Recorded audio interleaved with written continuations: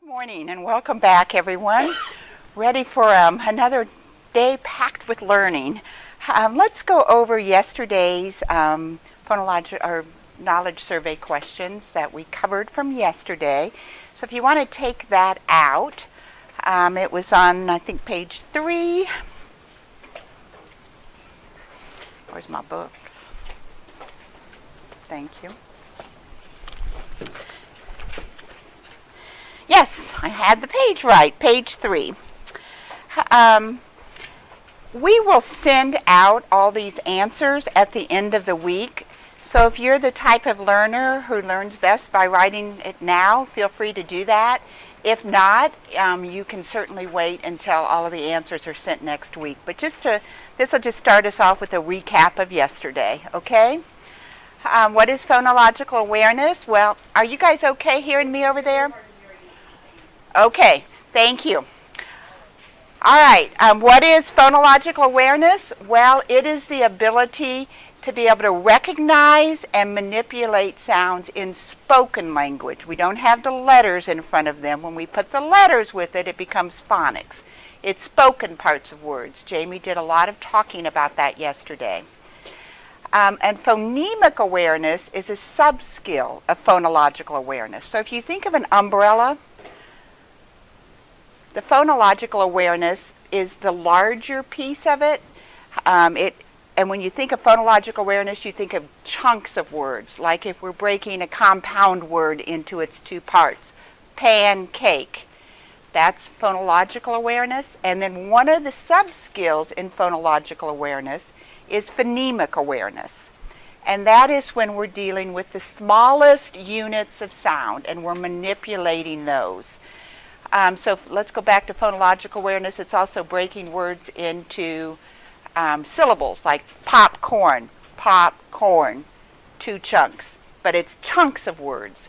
And then phonemic awareness is getting down to that small piece of sound, the smallest unit of sound.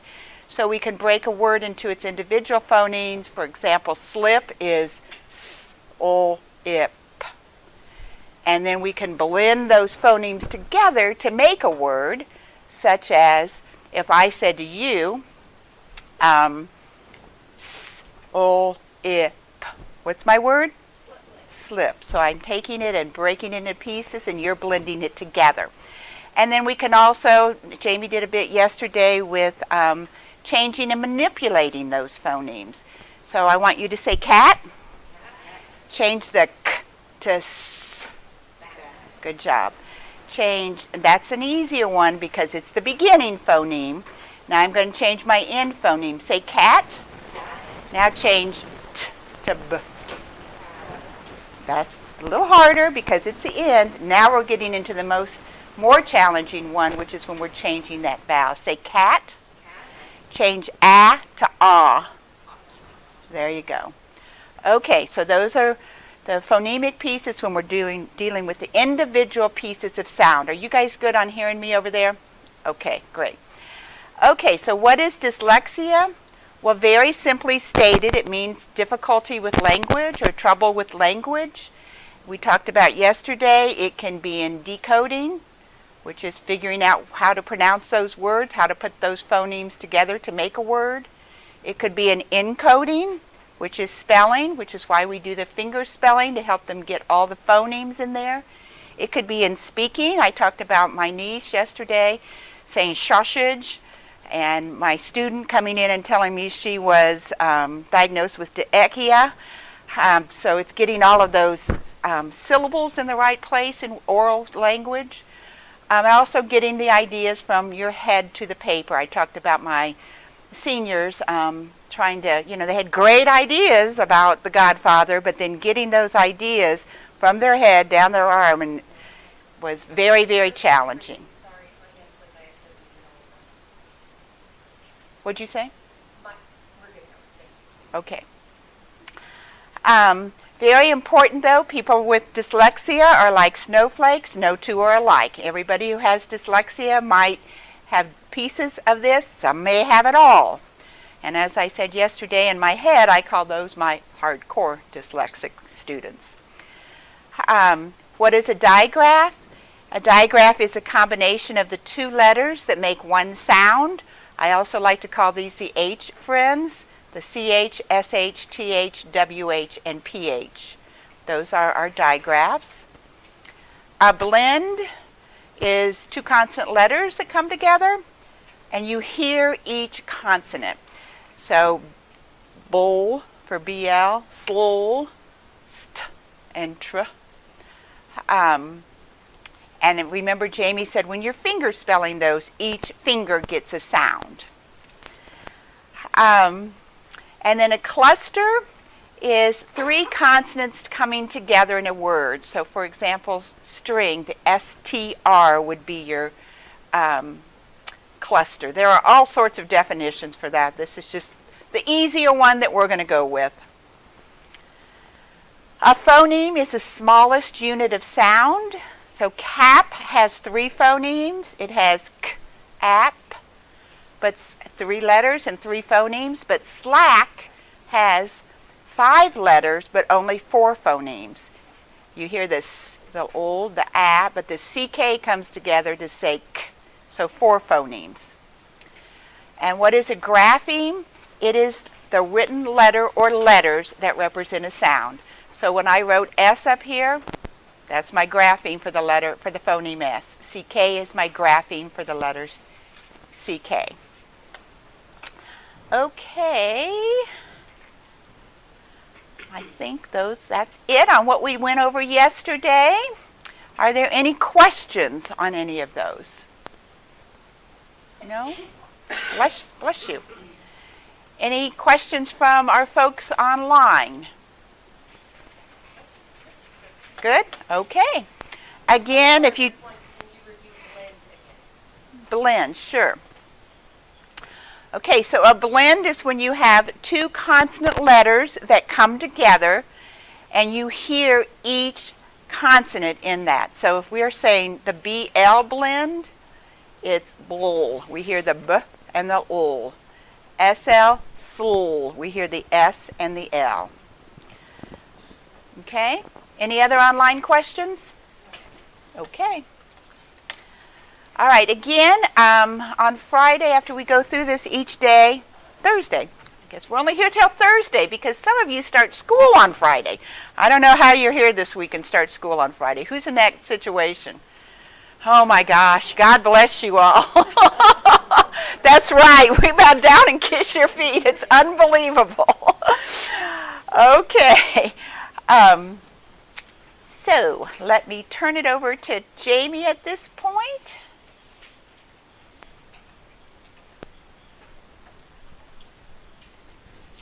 Okay. We've had donuts, so we're on a sugar high here. I'm going to talk to you, the first part of this day, we're going to talk about parts of the Orton lesson and how to do it. So I'm going to show you, reiterate for you the visual drill, and then go on to the blending drill. Can everybody hear me over there in the corner? Okay. Here is the deck that I have.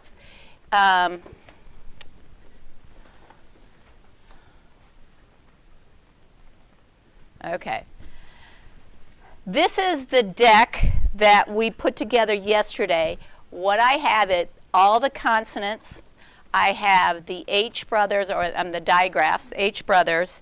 I have, and I put a couple of blends in there so you can see what it's like to do a blending drill with blends. I'm not going to do a ton of them, but you wouldn't put the blends in there unless you've talked about them with them and gone over them. So I put some L blends in here. And as I am doing the visual drill, what I'm going to do is I'm going to sort them into piles, because in a minute I'm going to do a blending drill, and I want to go ahead and have it all set up for the blending drill. We talked about how the back shows you what pile to put everything in. This one is going to be at the beginning of the word because you will not find it at the end most of the time because it might be TCH. So when we sort this, we're going to put it in the first pile. This one is another one that's not going to be at the end because WH wouldn't be at the end. I'll show you some more. All vowels will be in the middle. And then there's going to be some that can be at the beginning and the end. And because there's not a whole lot of letters that can be at the end, anyone that has an ending, here I'll show you. Here's one. The letter P can be at the beginning or end, but I'm going to put it at the end when I make my piles. You want to, when you are sorting the piles, you want to have it face down so it's not distracting for the kids who are doing the visual drill. You want to kind of make it kind of low-key. So I'm going to make my piles face down and not drop them on the floor as best I can, okay? I always start out my visual drill with this particular card. In 3rd grade, when I'm doing this whole class, they did this entire year. What are the vowels? I always think, you know, when I taught 4th grade, they know what the vowels. Half the time, they do not know the vowels. So we continued and just kind of did this, but made it a little bit exciting where they would do this. What are the vowels? And they would pound their desk, which got obnoxious sometimes.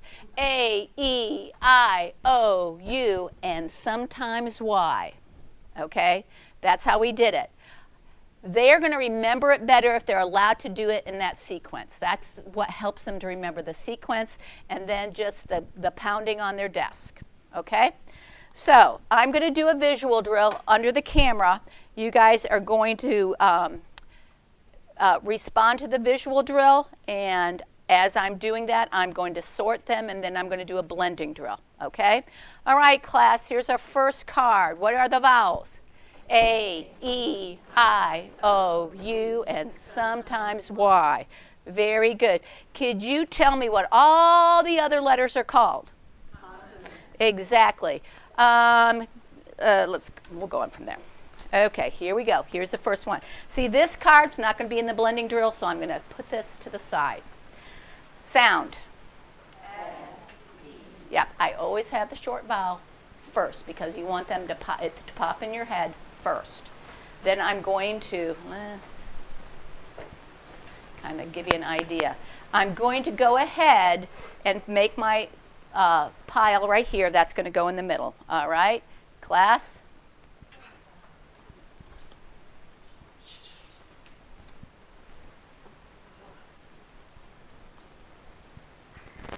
Very good. Now, there's a lot of controversy about this. Not a lot. It's kind of ridiculous controversy.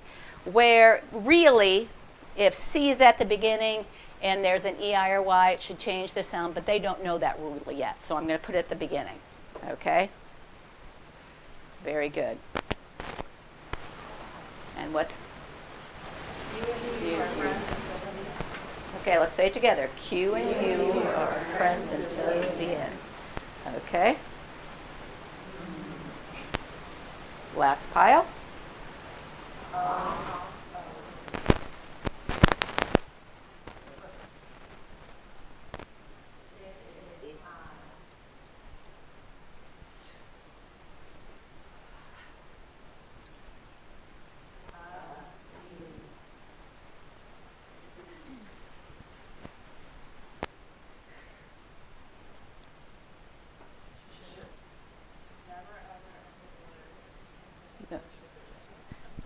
Yeah.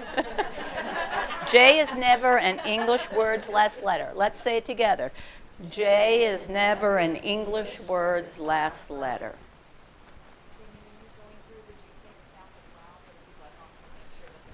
Okay, here we go.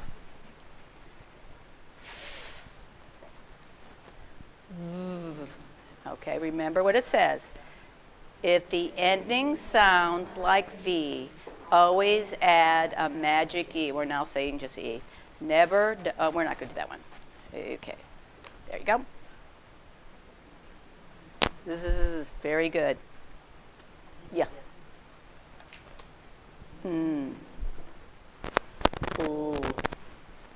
D. G. R, S, W, A. Here's our blend. Ready? L, sh, pl. Okay, so now I've sorted them into piles, and I can do it super duper fast because I've only done it hundreds and hundreds and hundreds of times. I know what letters can go at the beginning. I know what letters can go in the middle, but the little boxes will be helpful for you, okay? So now I have my blending deck all set up. Can everybody see it? Now, the first steps that you do, and I usually start this with everybody where I do sound by sound, all right? And then what your goal in life is to move to whole word read. I've seen Orton tutors that stay with sound by sound until the kids, and the kids can easily read the whole word. But we're going to start out sound by sound to kind of get the kids warmed up. And usually what my kids do is I start out sound by sound, and then they start just doing the whole word, if they are able. Now, there's a lot of kids that are not able to do that. Okay, the letter R, again, is not it's R, and it's like a little happy puppy. And what I do with the kids is, because they oftentimes have been taught in the classroom that it's I just make this little doggy face, okay? And I go, ruh, ruh, ruh, ruh, ruh, okay? And then it kind of morphs into something else with them, and they're like, rah, you know. So anyway, I usually try to cut that off, but it's just rah, okay? So we're going to start off sound by sound, knowing that in the future you're moving to whole word read, because that's reading, all right? These are going to be lots of nonsense words, and that's okay, because that's where they need to start. For them, almost everything is kind of nonsense words. So, all right, we're going to go sound by sound class. Ready? Ch, p, chip. Okay, I'm touching it for them when I'm doing whole class. I'm doing the little arc underneath it for having them to blend. But what you are going to do, if it's just a single child, is they're going to be doing the touching and the arcing. If you have several kids, I would go ahead and do this and have everybody in the class do this, everybody in the group doing the same thing. But if you have one or two, they can do the touching. What I usually did is I would put that blending deck on a placemat, and there's two people, and one would do it, and I just move the mat over, and then the other person would do it. Okay? Okay, so there is that. I take one sound off at a time. If there is something that they're stuck on, you'll see what happens. Here we go. Let's do this, class. Wep.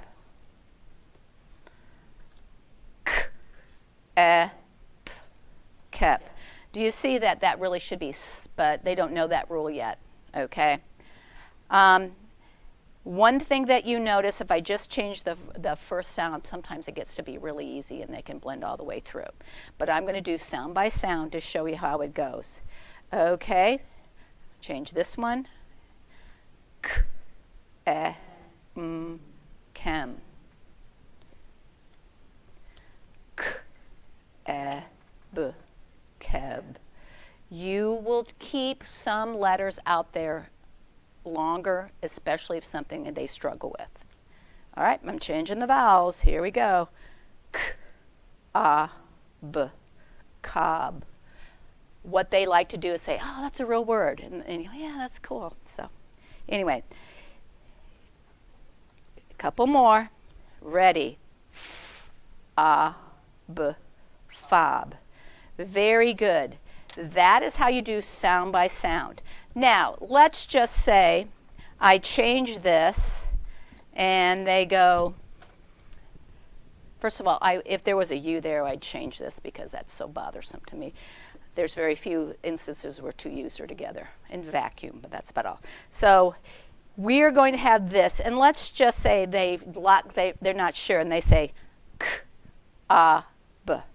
And the first thing you do to have them error correct is you say, try again, or start again, so that they put some effort into kind of looking at it and going over it. And that error correction is going to be on the supplemental booklet, which is the Marion picture on page 81, the blending procedures and then the blocking steps. Okay, so the first thing you do is you say, try again. And let's say they still don't have it. They say this is cob. 81, I'm sorry, 81. They still don't have it, and so what you need to do then is you need to isolate where the problem is. And what you do is they say, okay, what is this again? They don't remember. I always have them, or what I do is I have them trace that first to see it comes back, and sometimes it's just like magic. It comes back to them what it is.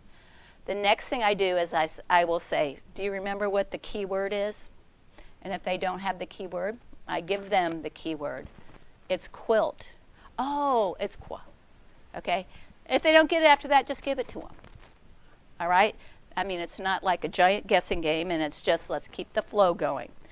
Okay, so let's say we've done this for months and months and months, and they're getting pretty good, and you're working towards having them blend all the way through.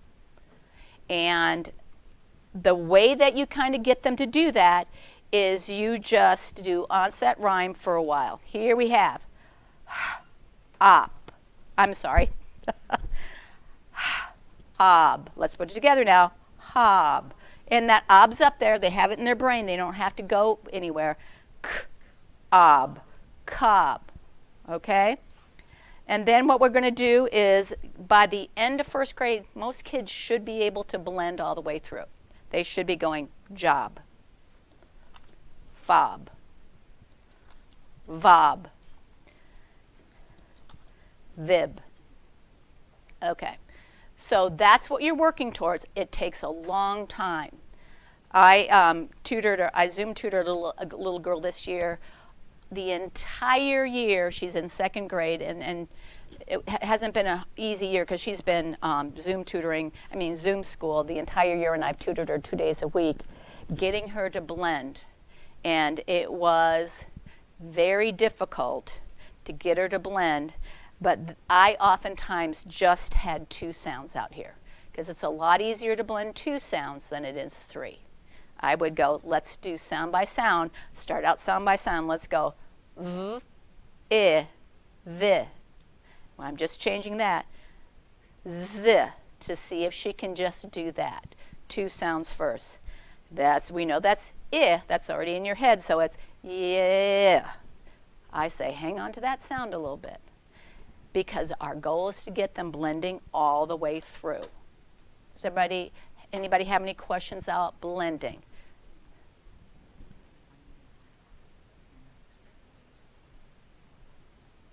Yeah.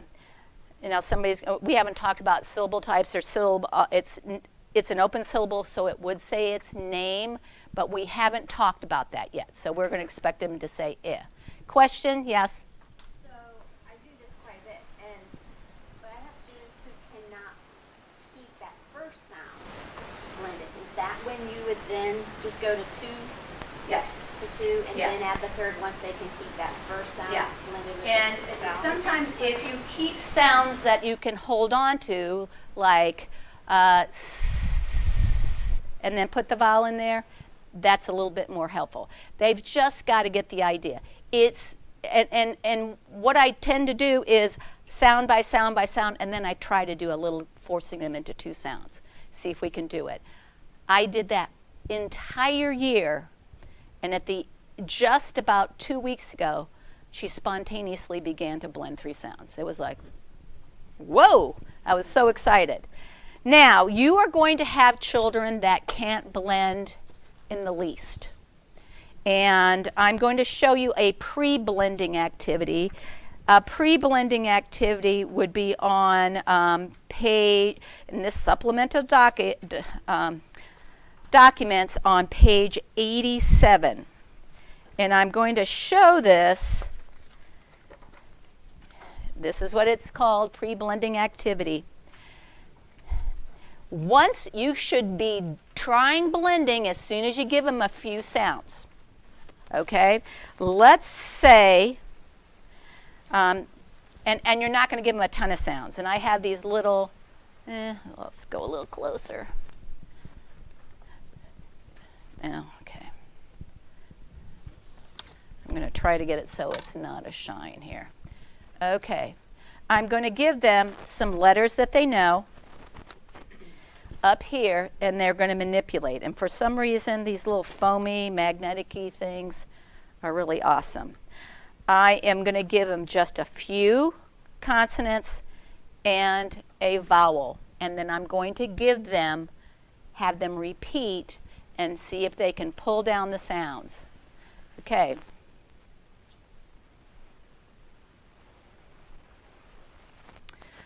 Okay.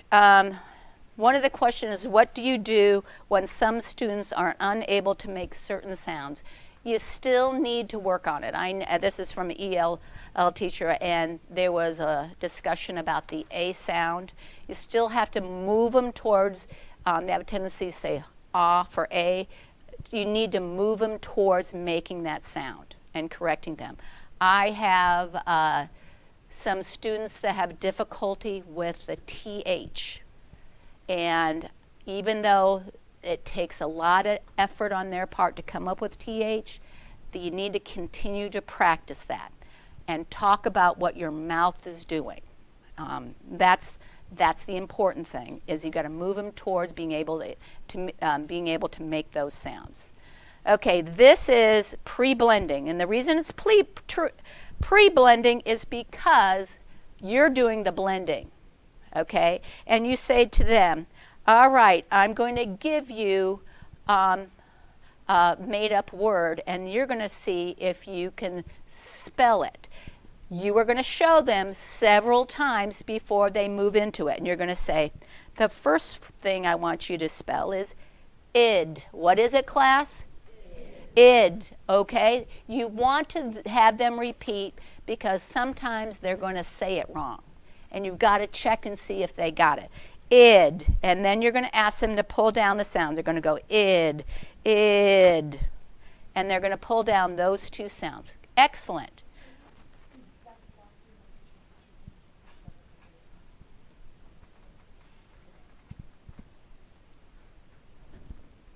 Okay. All right. The next thing I would do is would say, let's do in. It's a real word. What's the word? In. What would that be? And they would go in. Sometimes blending is so much harder than kind of segmenting those sounds that this is just another way to have kids understand what's kind of expected and moving towards blending. Then they put the sounds back up, and then you're going to go di, di, di. What would that be? Di, di, di, di, di, di. And they're going to pull that down. Okay, so this is pre-blending. Not everybody's going to do that, but this is a step before they're actually doing the blending from the blending deck. Okay? Does anybody have any questions about doing pre-blending with them? Okay. All right. Is there any other questions from Zoom land? Okay. You are going to get to go and do a partner practice with your deck. You're going to prepare your deck in this fashion. You're having all your consonant letters and digraphs. You may or may not put in a couple of L blends.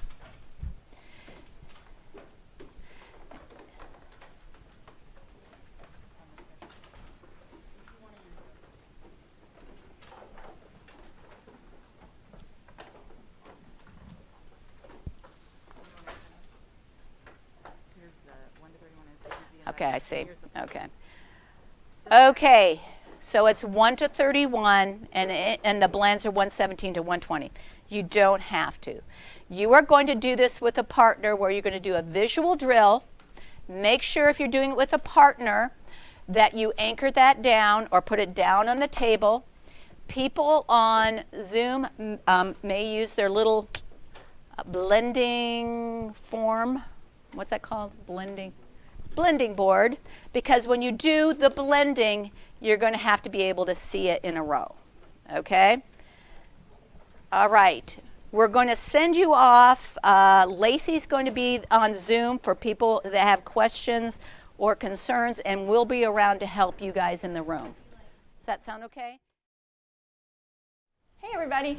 Okay, so there were a couple of questions. If you don't have your basic blending deck, then you may just need to watch your partner during this time and participate with them. So I wanted to show you real quick on your blending board.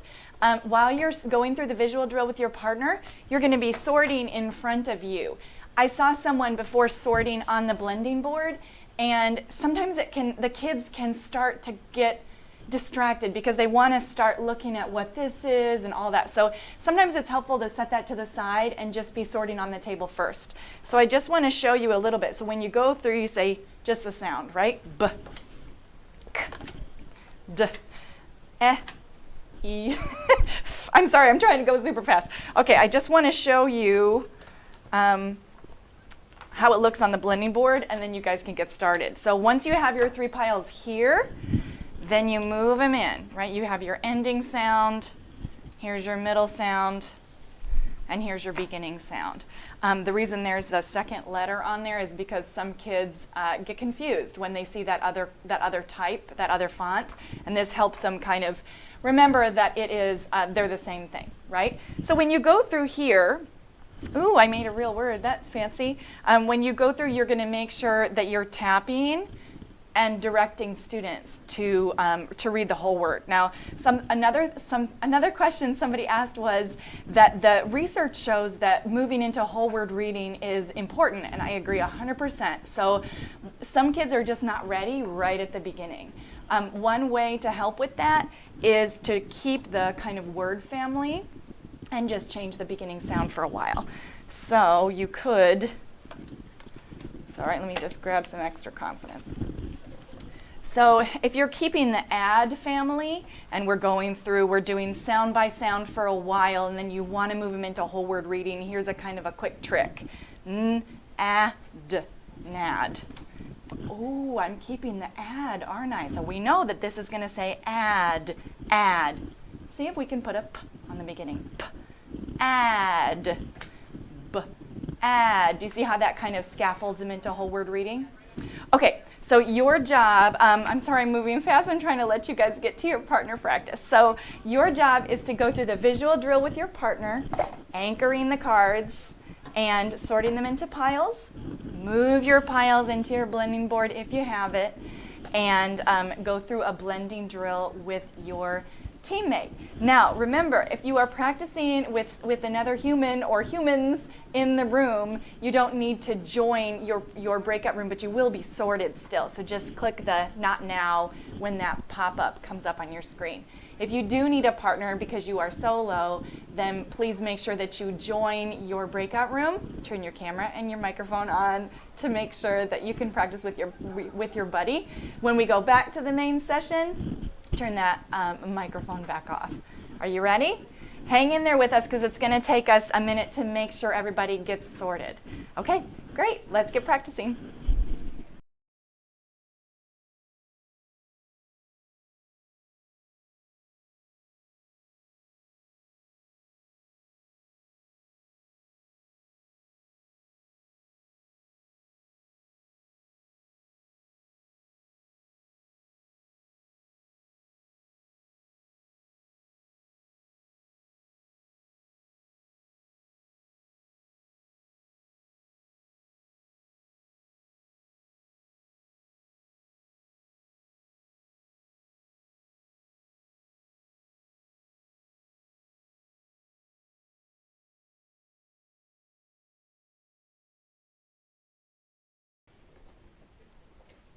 Okay. a few questions about the blending board, which is great if you have multiple kids, or you almost have to do this if you're at home doing Zoom and you're doing partner practice. It's got this second little board behind here. Toot, toot. And when you're done moving the cards, you can just move them back here. And what I have the tendency to do is I move them back and forth. So if I know I'm not going to use a card again, I might put it at the table. But you're having trouble with a little A, so we'll do several and I'll put A back. Okay, so that's what you would do, use a blending board in that second row, which is kind of ingenious. Okay, I had a few questions about blending. As you know, I do this with my entire class. I do the cards and the blending underneath the document camera and project it. What my kids like to do is I pick someone to count the real words. And then, I mean, they love doing that, and then they have an argument usually. No, it was 13. No, it was 14. But this would be something if you had ELL kids to talk about real words and what those are. So that's kind of a extra little thing vocabulary-wise that you can do with kids. And we had questions from several people about AM and AN.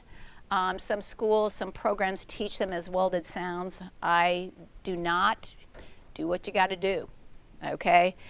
You have to realize that the A does change slightly, but so does the O if you went from dot to dog.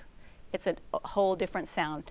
And I think you can get really caught up in all the different sounds, but they just need to kind of, this is what they need to do, be a little flexible. Okay, a little bit of flex. And we're going to teach them how to be a little bit of flexible over this whole week because that's what we got to do to become good readers.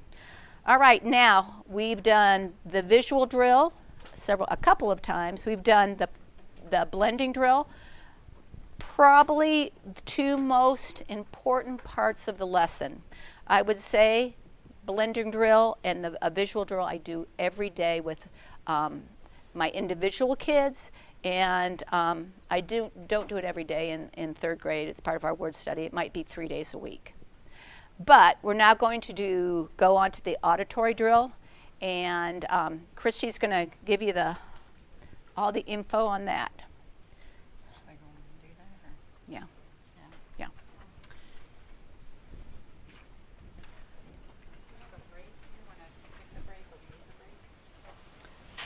Yeah, we noticed that.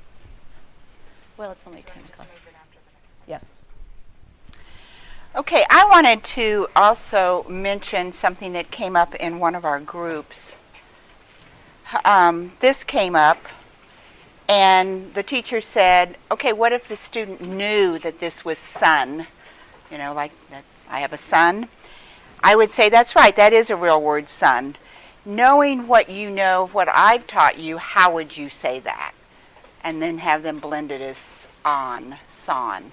But I would definitely acknowledge the fact that they read that word correctly, and that it is a real word. There was another, oh, I know, TJ asked me to mention this. When you're on Zoom, hopefully we will never have to go back to that again for daily work, but I know there are a lot of people on Zoom right now doing this training. So what I found when I did the blending with the students is I would use the blending drill and I would tip my camera on my laptop down so that it was looking at the blending board. So I wasn't trying to hold all that stuff. It just, they didn't see me anymore, they just saw the board. So that's a trick that works if we have to be on Zoom. Please know. It is a wonderful thing for lots of people attending a training, but it's not the most wonderful way to teach our classes. We all figured that out. But because we're teachers, we also figured that out, didn't we? We figured it out. Let's give us a round of applause. We truly are heroes. Whatever they put in front of us, we figure it out. Okay, the auditory drill. Let me just show you real quick here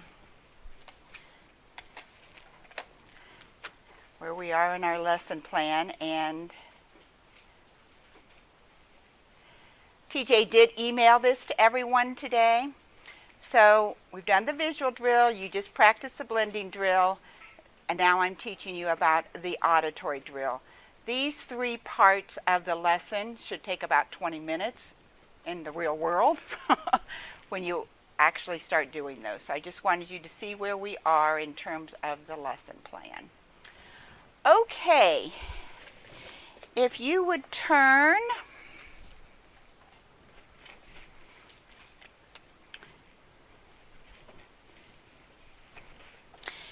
in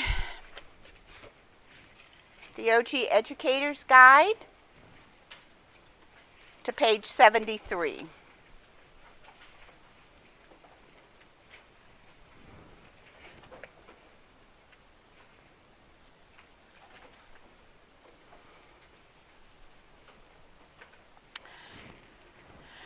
Okay, different OG approaches do the auditory drill differently. I have done it both ways. If you look in the middle of this paragraph where it says, for example,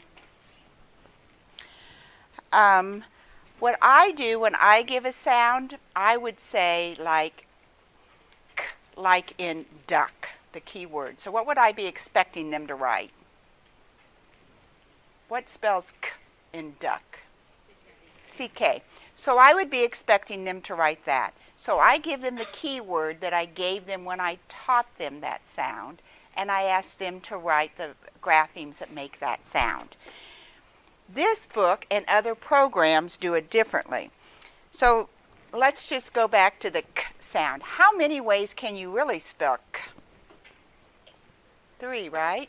C, K, and CK. So some programs, when they say k in the auditory drill, they want the student to write all 3 sounds. I don't do that because what I personally found is that they just memorize them. I gave them a little sentence to memorize them. And they just put them down in order, but they didn't apply it so much to spelling. But if I said k like in duck, then they had to think, how do I spell k in duck? And they put the CK rather than putting C, K, and CK. Just telling you this because I want you to be aware that different programs do it differently. And different practitioners do it differently. Jamie does it with the keyword like I do sometimes. But sometimes during the week she may ask them to put all of them down. You want to say anything more about that? I would, for instance, once they learn all the R control that say I say all the ways you can think of to spell and they would put ER, IR, and UR, and then I would say, what's the most common way? And I want you to circle that. So you can do those kinds of things during your auditory drill to kind of change it up and keep them paying attention. Mm-hmm. So for example, in this one, it said if the practitioner had introduced all the ways to spell A, magic E, plain old A like in an open syllable, magic E, AI like in rain or aim, and AY like in day, then they would expect them to write all of those. What I would do instead is say A as in rain, and then they would write AI. But I do like what Jamie talked about mixing it up and sometimes doing it in different ways. It keeps them on their toes. Okay, so what does the auditory drill do on the next page? It really is, it puts the visual, the auditory, the kinesthetic, and the tactile together. The visual, I'm going to actually start with the auditory because that's the first thing you do. So if I say k, I am saying the sound, they're hearing it, then they are writing it, and then the act of writing it, they are feeling it. So all 3 of those components come together simultaneously in the auditory drill as well.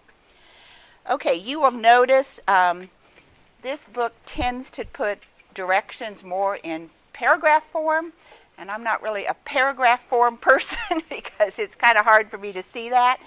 So I put them into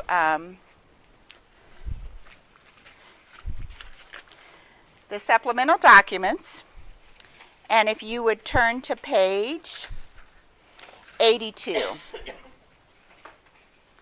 And I will go over the steps for the auditory drill. They're pretty simple. I would ask the student to look at my mouth because I want them to get those kinesthetic cues. And then I would say the sound. Like let's say I said the sound, okay? And then the student repeats the sound, and then they write it, okay? So what I want you to do for now is just, wait a minute, don't do that yet. Hang on. All right, let me go through all of the steps here. So if they block, so if I ask them to repeat the sound, I am going to ask them if I say th, and they just kind of look at me and don't write anything, I'm going to say the sound was th. Can you repeat that a little louder and see if that helps bring it back? If it doesn't, I can say, what's the key word? Remember, I taught them that key word when I taught them TH said, and they would say father. I would say, what letters say th in father? If they wrote TH, I'd be good. I'd stop. But then if they don't, then I just give them the key word and say it's TH. And I have them write it. And then I have them write it 3 times because, again, they didn't remember it. They blocked on it. Okay?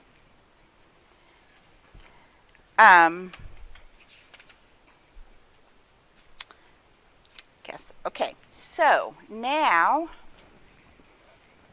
if you would take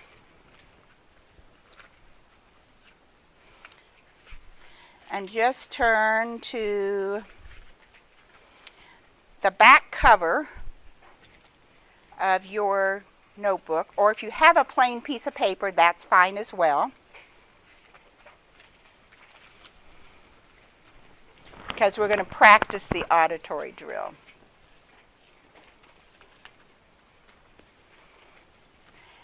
And if you would number it 1 to 5.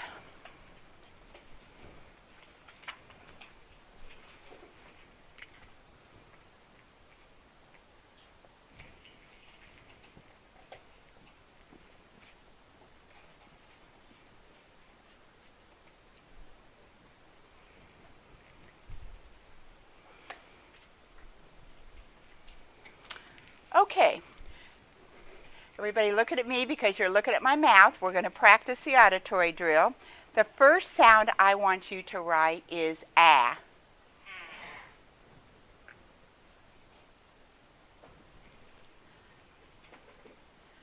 The second sound that I'd like you to write is v.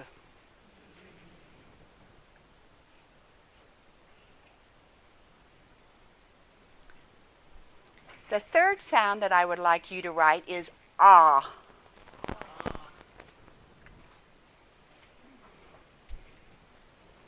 Okay, number 5, I want you to block on this, okay? Eh, and I want you to write I.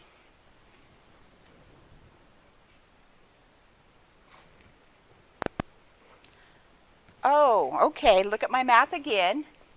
Eh. Remember the key word for eh? Edge. Now you're still like looking at me like I'm growing horns. What? What are you talking about? Okay, and then I say eh, edge. That's the eh sound. Would you cross off your I and write E?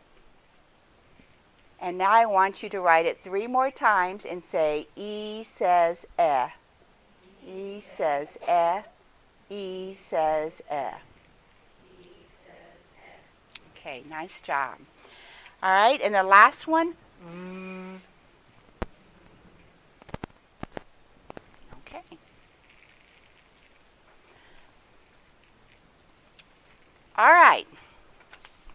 So there we have the auditory drill. Different programs have different numbers of sounds that they put in it. Some put 10 to 11, 10 to 12 rather. Some put 4 to 5. When I'm doing it in a classroom setting, I do fewer just because of time and I want to get through the whole lesson plan. Okay, any questions on the auditory drill? Yes, ma'am. So I know you were writing them just to show us, but in a classroom, would you write them to model to show the craft or just look at them? Excellent question. Okay, so the question was, I was writing them to model them because I was the teacher and you were the students. What would you really do in a real classroom? Would I as the teacher write it, or would I just be walking around? What I have found to be the most helpful is to have a student come up and write them. But then they cover it until I tell them, give them the nod so that everybody can check, because I don't want the students at their seat to just rely upon them. Kind of like in group work when one person does the work. So I have them hide it until I give them the nod, and then they uncover it and everybody checks theirs. And if I noticed that several made a mistake, then I would do the air checking. If one made a mistake, I'd probably write myself a little note, 1 or 2. Okay, great question. Other questions? And you know, the kids really do love coming up here and being the teacher. That's one of their favorite things to do. Question on Zoom? Yes. So we were having a little mini discussion about whether to use right away, whether to use it for if a student blocks, and someone was asking, is that kind of giving that answer away? I said I always taught readers who were struggling, very, very struggling, and I always gave them that cue because it was just an additional cue. Mm-hmm. Some people use it as blocking. Can you go into that a little bit? I agree with you. If I was working with a group of students who was getting it fast and didn't need that cue, then I would not give them that cue. But I work with students who really, really struggle. And so I do try to give them as many cues as I can to help them be as successful as they can. Anything else? Okay. All right. So you'll notice on your schedule we have partner practice. So you will use that same piece of paper, and one teacher will give the first group of sounds, and the other partner will be the student, and then the student will become the teacher and give the second group of sounds. Hey everybody. So the sounds that we're asking you to use during the auditory drill are on your schedule. If you don't have your schedule in front of you, that's okay. Just pick, let's see, 5 or 6 sounds that you can use with your partner. So remember, you're going to have them watch you, look at your mouth. You're going to say the sound, they're going to repeat the sound, and then they're going to write it down.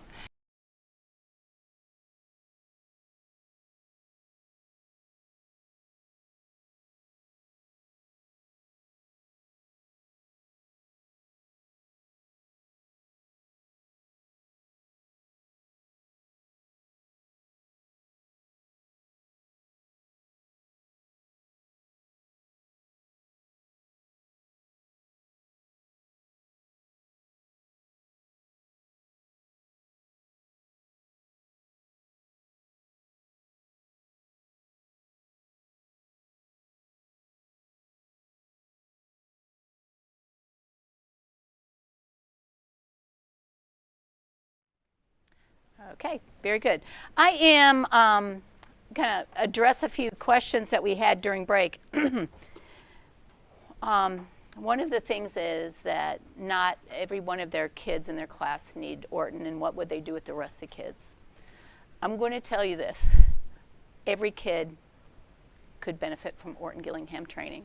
Of course, you can go a little faster with some kids, but I teach the kids in my 3rd grade class, and this is a school in which most of the kids come from affluent backgrounds, so they've had a lot of good background information. good language, good experiences, I teach them all the sounds, because why withhold information from the smart kids? So that's what my deal is. And I knew a principal at one of the parochial schools in town who they did Orton Gillingham in the classroom, and he said the most shocking thing is the high kids ended up being really high at the end of the year because they had all the information, and they could break down words and spell words. And so I'm saying, teach them all give them all the information. We expect them to kind of guess, and I do believe, it's my true beliefs, they like learning stuff. I'm going to teach you the next little piece of an Orton Gillingham lesson, and that is teaching a new sound. And that would be in the supplementary documents, page 88. It looks like this. Remember, that's the Marion. Introducing a new phoneme grapheme. Okay. Now, we're going to make sure that we get the card out and present the card, and the card is out the entire lesson. We're not going to say, oh, what did it look like? They're going to have it out visible the entire time. Okay? I'm going to show you the card, and the card that we are going to talk about today is the TH card. Okay? This would be a digraph that we do a little later on, because there's not a ton of words that have this until you get in with CK and the Floss rule. You teach that, and then you have some words. But I'm going to go ahead and show you how to teach this, and then you are going to go and teach a digraph yourself. Okay? All right, class, today we're going to learn what the TH says. The TH says, what does it say? Okay. When we make the TH sound, we're sticking our tongue out. Let's make the sound and feel what it feels like. Do you feel the air coming across the top of your tongue? That's the sound. Is the sound voiced or unvoiced? Let's see if you feel a vibration. You don't feel a vibration. You're right. It's unvoiced. We're going to talk about, there's another way to do TH, but we're just going to talk about the unvoiced TH today. Okay? The key word for TH and the sound is thumb. Everybody? Very good. Now, what we're going to have them do to kind of get the multisensory is we're going to skywrite. But another way to do this is I have this lovely shelf paper. It's got a texture, and I could put that right over the TH and just have them trace that. We do everything in threes, though. But I'm going to show you skywriting, because that's going to be our set way of introducing how to do the sound. I'm going to tell you ahead of time that a lot of times older kids kind of have a little bit of attitude about skywriting, and you just got to keep encouraging. But if it's going to be a fight, go ahead and do something like this. Okay? All right. You always turn your back to the kids. You know, there's some kids you got to kind of keep an eye on, but so that they know, you're going to have them stand up. You're going to have their two fingers, the pointer finger and the other one. Don't tell them what that one is. And we're going to use that. The elbow is straight. You're going to put your hand on top of your shoulder, and you're going to say, TH says, TH says, TH says.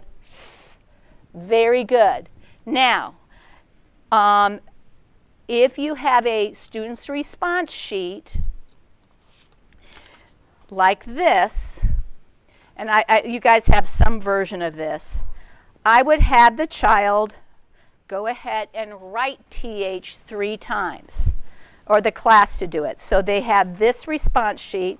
They would go, TH says f, TH says f, TH says f. There's something about says f. You got to have a little time to write that little line. So right there is them writing that again. Remember to have the TH card out and visible at all times. Here are now the words that they're going to read. I have a cup of highlighters for my class, and they all get a highlighter. They love to highlight. You got to teach them, though, because it kind of becomes a scribble, scribble, scribble, scribble, scribble for half an hour. I said, oh, it's the flat side. We're just going to go through one time. Okay, let's highlight the TH and read the word. Fin. Class, let's do it together. Thug. Well, the TH is in different place, isn't it? It's at the end. So, path and moth. Very nice. Now we're going to write some words right here that contain the TH. Okay. I'm ADD, so an interruption really throws me off. Sorry. I was like, I've got to process that. Anyway, we're going to go down on the response sheet. And this is where we're going to write the words, and it's just like just like when you're doing spelling. We're going to have them finger spell, and then they're going to sub-vocalize as they write the words. Class, the first word is math. What is the word? Math. You need to listen to make sure they had it right. Math. Let's all finger spell. Ready? Very good. Let's go ahead and write it. I teach my kids to sub-vocalize as they're writing it. Very good. Underline that part that says awesome. Okay. Class, the next word is thud. It's a sound word. Everybody say it? Thud. Let's finger spell it. D. Okay, let's sub-vocalize as you're doing it. D. Underline the part that says all right, our last word is bath. What is it? Finger spell it.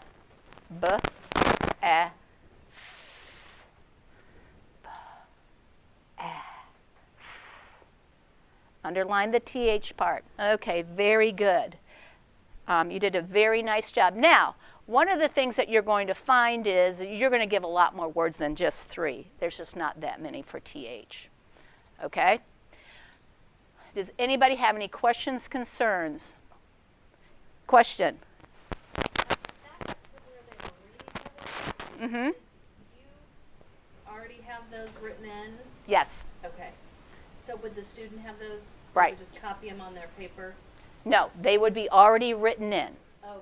And you can do it many different ways. Sometimes I just have a big list. If it's an older kid, I would have a big list of words. And they would go and read down the list of words.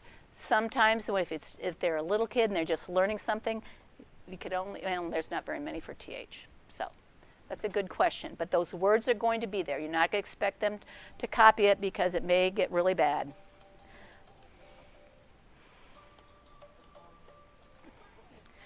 Floss for teaching a new PG, phoneme graphing. Okay. What's the process for teaching a new phoneme graphing for kindergarten where they cannot do all these parts? Parts of the lesson, do you think? I would do half one day and half the next day. Okay? I think they're thinking of that they don't have the ability to read the whole word or to write a whole word. I'm guessing it's a question on An early kindergarten learner or a student who is early in the process and doesn't have as many sounds. You know what I mean? I don't know if I would be doing then having them Do an all those SRS? parts. Yeah. I would not have them do this. I might have them with letter tiles where they're trying to write it to get. I understand what it could be. Letter tiles where you're going to give them word b, a, f, and having them go ahead and put those together. I would work a lot on phonemic awareness to get them to the point where they could do a lesson like this. So this is a little bit down the line where you got to do what you got to do to get them to this point, but this is kind of where you want them to go. Yes?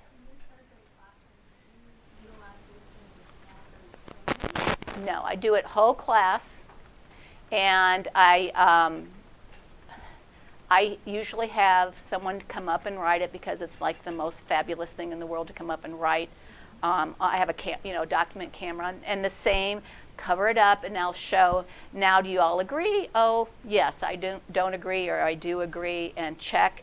My thing that I have to do, because they all have their own, what we call word study booklet, is their student response sheets are in there. They are required to put a date every time, and if they make a mistake, and let's say they misspelled and they said, for math, they said this, and they look up and they said, oh, I made a mistake, I say you can only put an X through it like that. They're using, I have flare pens, a couple flare pens that they use to do this, so that when I look at it, I can see who's making mistakes. So that's what I do whole class. Okay.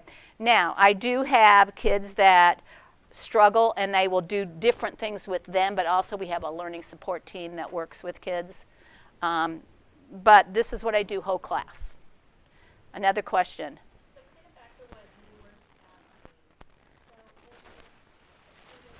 asking. You wouldn't give them words that had the vowels and consonants they didn't know. You only are going to give them what we're going to call fair words.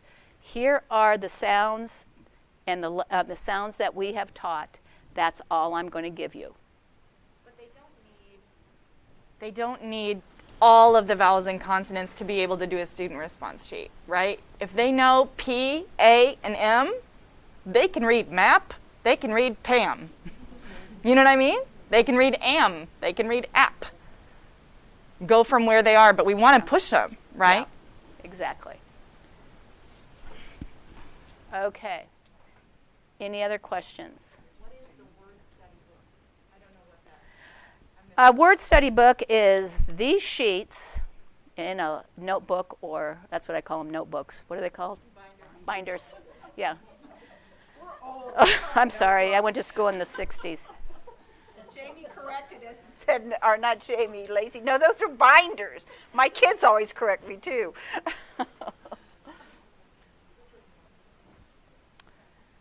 Okay. Okay. I'll talk about that later, okay?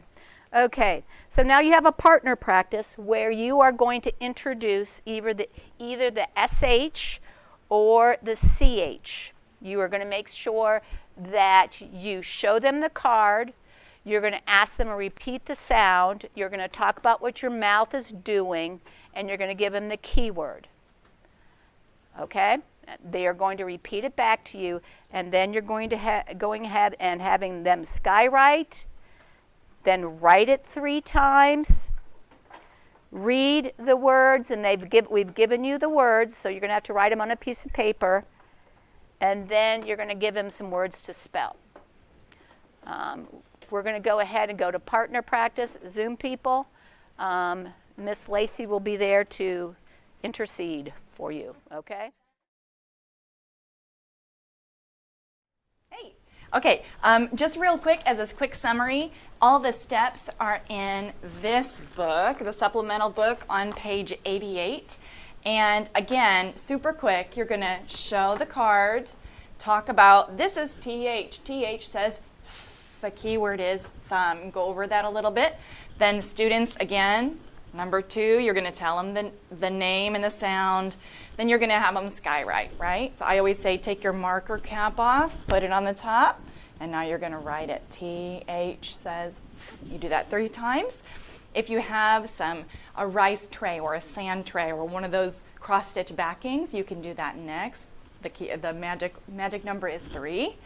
And then you're going to go into reading words, spelling words. So they write it, skywrite it, write it on a bumpy thing, write it on paper, right? That's, again, 3, 3, and 3.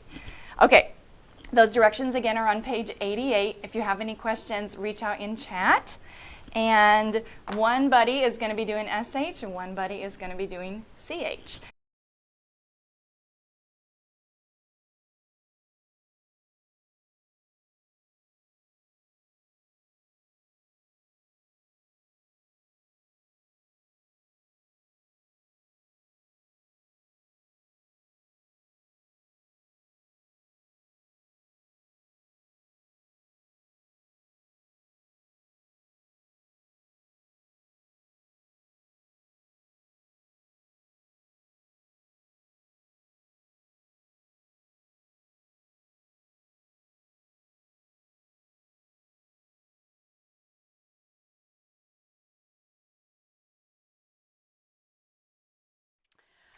Okay, the next part that we're going to do today is to show you a shortened version of an entire lesson, just so you can get the big picture.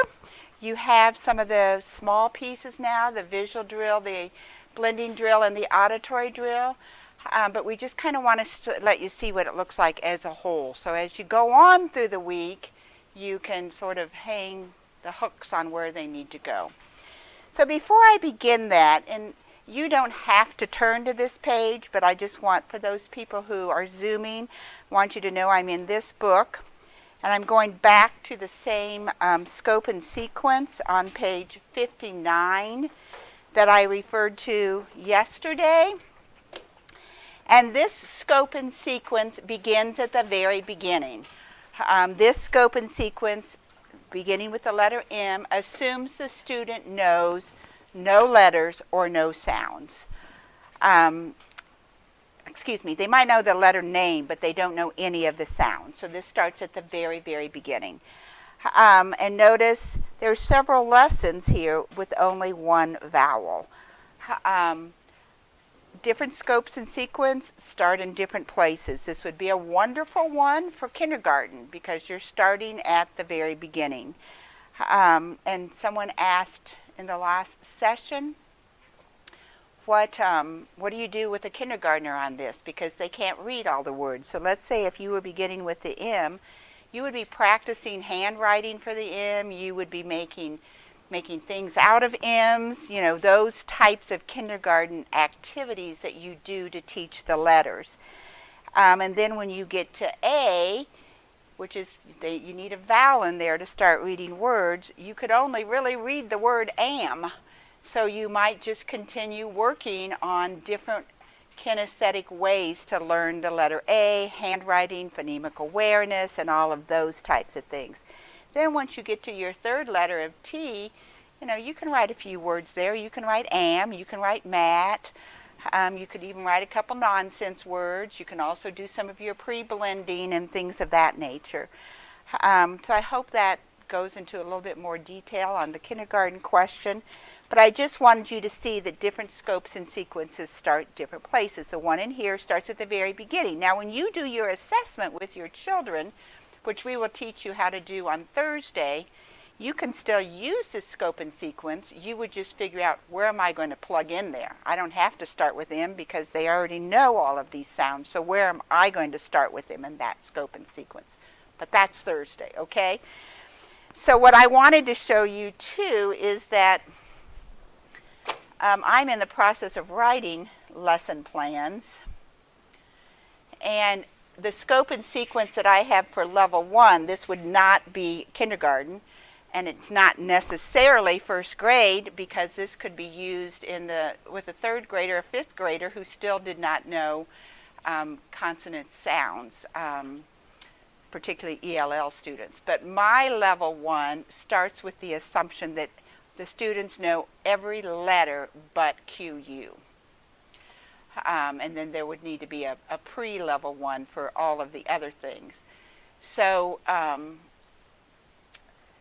as you notice, I spent a couple days on short A, then short I. I start with the short vowels right off, leaving short E till the end, and then closed and open syllables. Then I get into the digraphs, and so on. So I've spent quite a bit of time writing these level 1 lessons, but they go all the way. There's 160 of them. And there you see some of the things we haven't gotten into, but there's the magic E, and then the different syllable patterns, and then blends. So by the end of the year, we're getting into vowel teams, suffixes, syllable division, which we'll be doing on Thursday, etc. I'm not going to take the time to go through all of that. But what I wanted to show you is that is the scope and sequence for this lesson plan that we're using today, which is 1.009.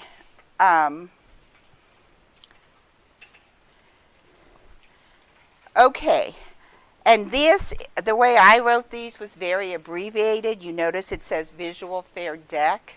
I have in my lesson plans what that means, what the fair deck would mean for that child or this group. And then the blending is the fair deck, and then the auditory sounds. So as a teacher, what I would have to do ahead of time is get my deck together, because right now this student doesn't know everything that you know. We've also taught you other sounds in there. They don't know all of those, so I would have to take my deck and skinny it down to put only the consonants minus QU plus all the vowels but short E, because I'm teaching short E today. Okay? All right. So I'm just going to go through this like you are my students and I'm teaching this lesson to you. There are certain parts that we will skip, and I'll tell you that when we get there. You received these in the email this morning. Participants here did, as well as online participants. This is a student response sheet for students who do not yet know their numbers, but they know their shapes. So you can tell them, put your finger on the circle, and you're going to write the sounds there. This is the same thing, only they know their numbers. So on number 1, we're going to write the sounds going across. So they're just 2 different formats that our wonderful Lacey Ladd created. Just like that. She's so good at this stuff, thank goodness. And the one that we're going to use today for your lesson, for my lesson, is this one. And Jamie passed out a clean one for you because she had you write some information on yours during her phoneme grapheme section. So if you would get this sheet out, as well as have this sheet close by so that you can follow along as I go through the lesson, that would be wonderful. Okay, so I'm going to start with my fair deck.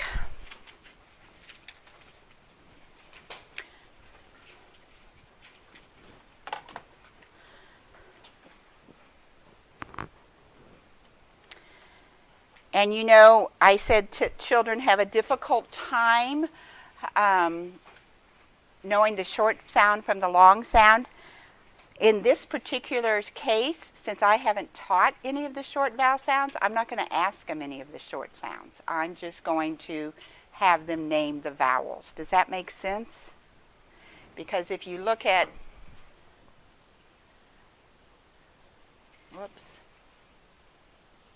if you look at the scope and sequence,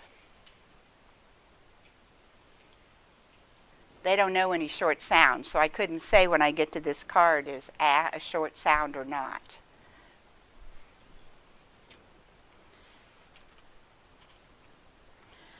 Okay, so you're my students now, okay? What are the vowels? A, E, I, O, U. And sometimes Y. Good, and everything else that's in the alphabet is called a? Consonant. Nice job. Whoops, whoops, whoops, whoops. Get to your document camera, Christy. Okay. And the rule? The ending sounds like V. Always add an E. And the rule? No, it's never an English word's last letter.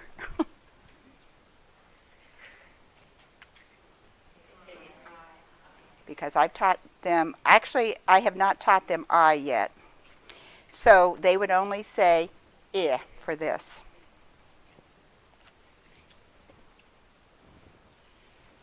It's getting a little visually distracting, which I would not want for students.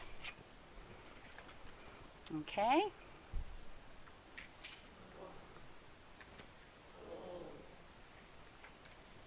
Let me see that you know that's a B. Get your checker up. Nice job.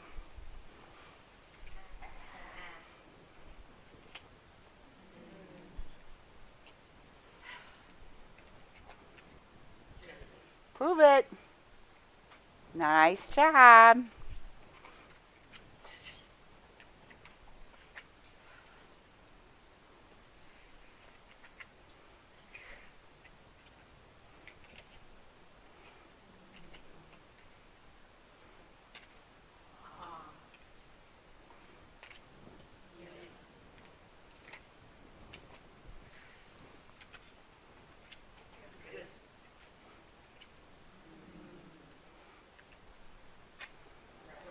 Ruh, happy puppy. Ruh, ruh.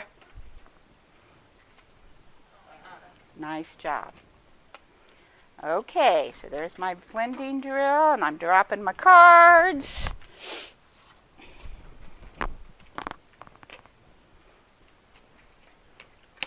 Visual drill, I mean. I think I said blending drill.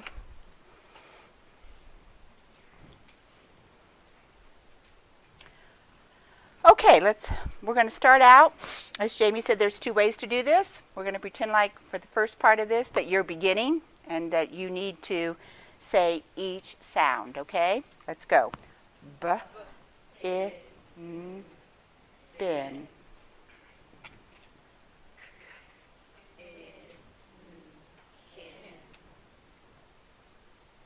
Thank you.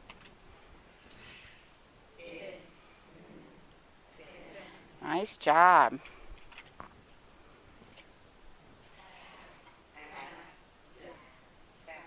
Okay, now we're going to pretend like several lessons have gone and you can read the whole word, okay?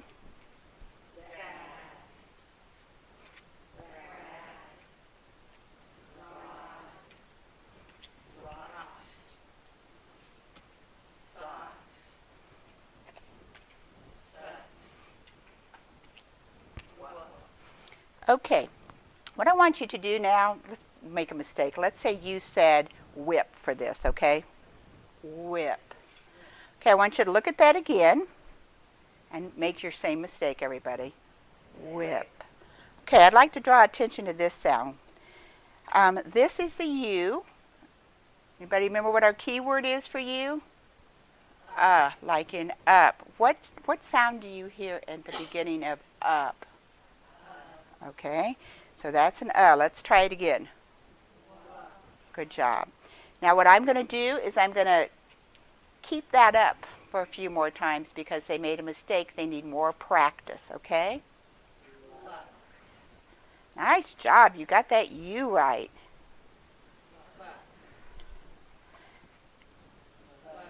Okay, for the sake of time, I'm going to stop on the blending drill, but that's what we do there. Okay.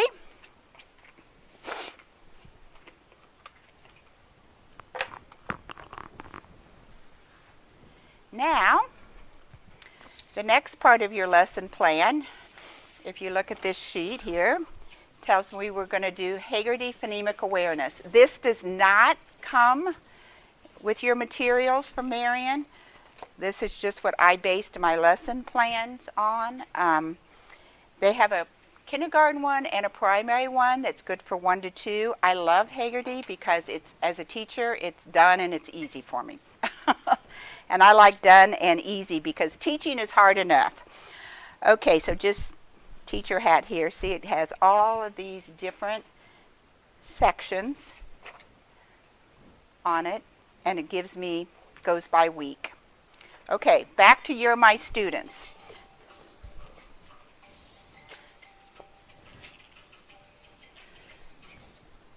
Okay, I'm going to give you a word, and I'm going to give you that word in pieces, and I want you to put it together and give me a word, okay? The sounds are G, O. Go. Good job. The next one is W, E. We. The next one is Sh, Sh, O. Show. The next one is B, E. Okay, so you see how you took those and you blended them together. The parts that I always want to include are blending them and segmenting them, because those are two that are really critical for reading. The others are important, but these are really critical. Okay, so this time I'm going to tell you a word, and I want you to break it into its sound using your fingers, please. Okay, so for example, if the word is row, I'm going to go R-O. Okay? Your word is see.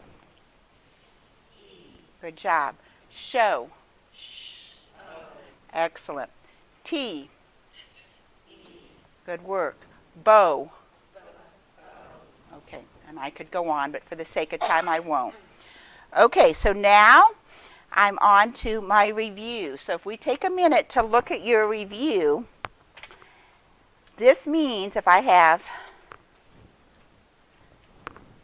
the short I, A, O, and U in there, I have already taught that directly to them in previous lessons. This is lesson 1.009, so it's my 9th lesson, so I've already taught that. So I would like you, I'm in the process of editing. I edit every weekend when I'm not here. I want you to find the mistake that I made if I am reviewing short I, A, O, and U. What's the mistake that I need to edit out that I put in there that is not a fair word? Jet.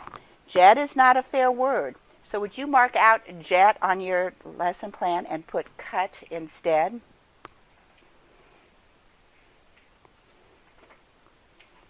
Edits, edits, edits.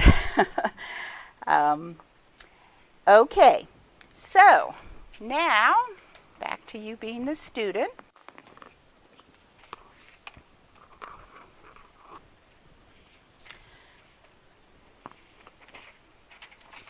All right, class, we're going to read some words that have sounds in them that you know. This first word is bib.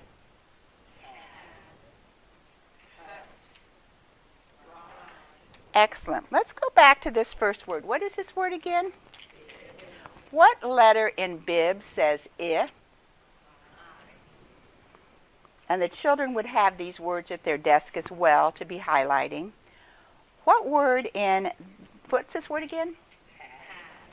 What letter says A? What's this word? Cut. What letter says T in cut? What's this word? Rod. What letter makes that happy puppy sound? R. Okay. Now I'm going to take a minute, and we want them to read them more than once to develop fluency. Which one of these words might a baby wear if it was getting ready to eat? Bib, that's right. Which one of these words would be something that you use when you want to make a large piece of paper smaller? You might have to cut it. Good job. Which one of these words rhymes with pod? Good job. Which one of these words rhymes with mad? Good job. Now let's read these again.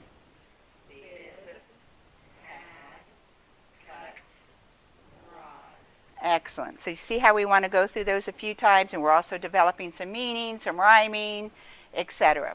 Okay, now on your lesson plan, I'm going to have you spell. So on your student, oh my goodness, I went right over the auditory drill, didn't I? I went right over, got to phonemic awareness. Okay, I'm going to back up here. Let's go to the auditory drill. Get out of sequence here. Okay, I want you to look at my mouth.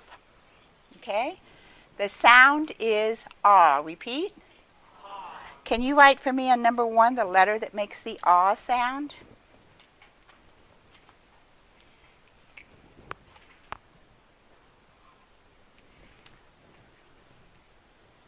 Okay, check your work.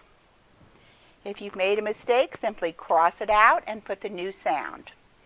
Okay, the next one that I would like you to write is ah.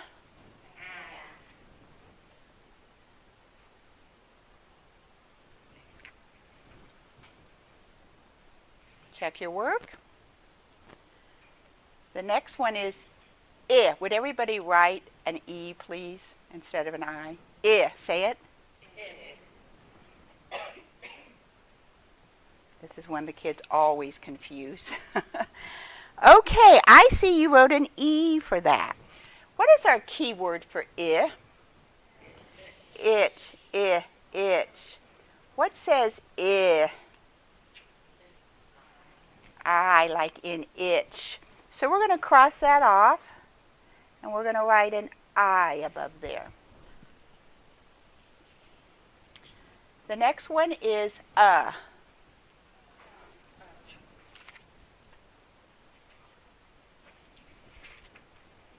Check your work. And the last one is G. Let me hear it. Okay, good job.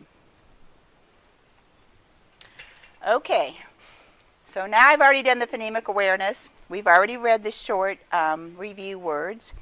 Now, if you want, you can write those review words in here ahead of time or type them in here. That's certainly something that you can do. I like to write them larger, but you can do it either way. That's what that space is for. Okay, now we're going to read some review words, or spell some review words. Okay, the first word is mad. All right, I'm just going to remind you on finger spelling. Remember, it's m-a-d. Can you finger spell it and write mad, please?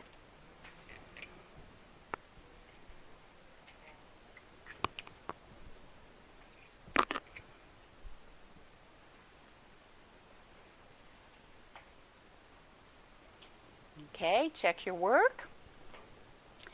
Your next one is box. What's the word? Box. Put it on your fingers.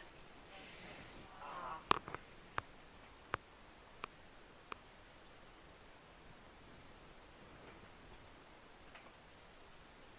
Check your work.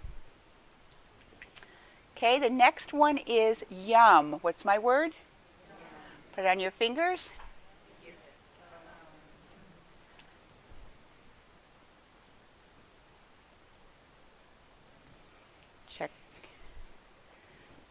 Check your work. And your last word is sit. What's my word? Sit. Put it on your fingers. Sit.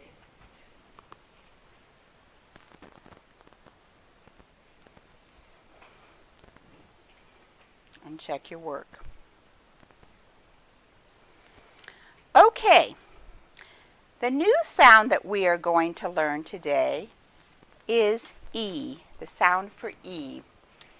Now again, if I was doing this with the students, most of them would already know what the letter E is, but perhaps some of them don't, so I'm going to be teaching them the letter and the sound simultaneously. So this is the letter E, and it says like in edge. And your key word is edge. Okay, what's this letter? E. What's its sound? And its keyword is? Edge. Okay, get these nice 2 fingers out on your dominant hand. You're taking your marker cap off, as Lacey says. You're putting it up here. And we're going to skywrite that 3 times. E says eh. E says eh. E says eh. Nice job. Okay, now on your student response sheet, again, you can write the letters in there, or you can practice the sound of E saying eh, and that's what I would like you to do today. We're going to go E says eh. E says eh. E says eh. Be sure you say it as you write it, because you get those visual, auditory, and kinesthetic simultaneously. Okay, now, just like ah, when A said ah, we called that it made its sound. When E says eh, E is making its sound. Okay? All right, let's read some new words that have the eh in them. And I'm going to highlight those, and I would have the students highlight those as well, so that we can concentrate on that new sound. Okay, this first word is, everybody? Red.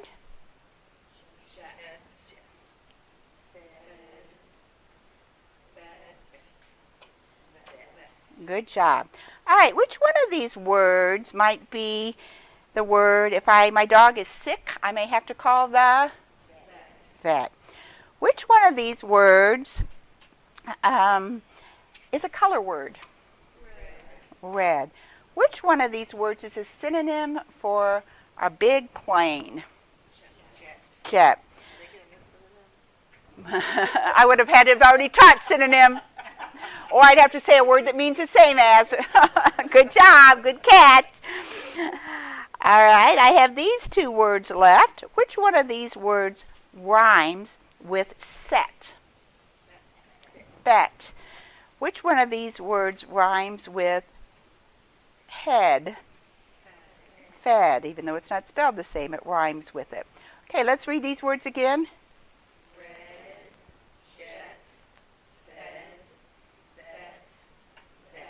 Okay, what sound did this E make when it was saying its sound in all of these words? Yeah, good job. All right, now on your student response sheet, again, you could have written the words there. We're going to be right here on number 6, and we're going to spell some words with the new sound of eh in it. Okay, your first word is web. What's my word? Web. Would you finger spell that? Good job. Now on this next word, I want everybody to make a mistake. I want you to spell the word with an I instead of an E, okay? The word is wet. Finger spell, what's my word? Wet. Finger spell it. Wet.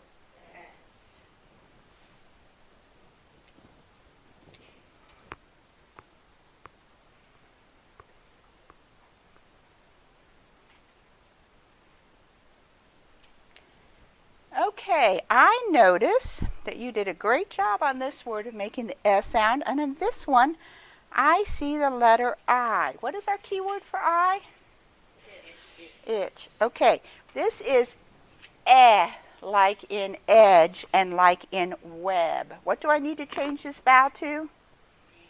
E. Okay, my next word is met. What's my word? Met. Finger spell it. Et.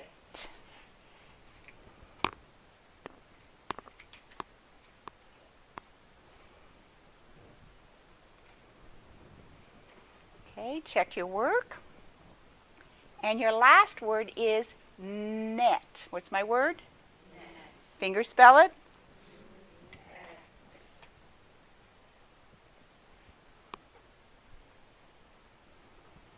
Okay. Could you underline the new S sound in each one of those words? And as you do it, say E says eh.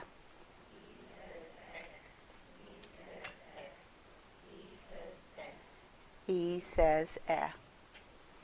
Okay, now, since it's a new sound and we do everything 3 times, let's finger spell that, or not finger spell, skywrite it again.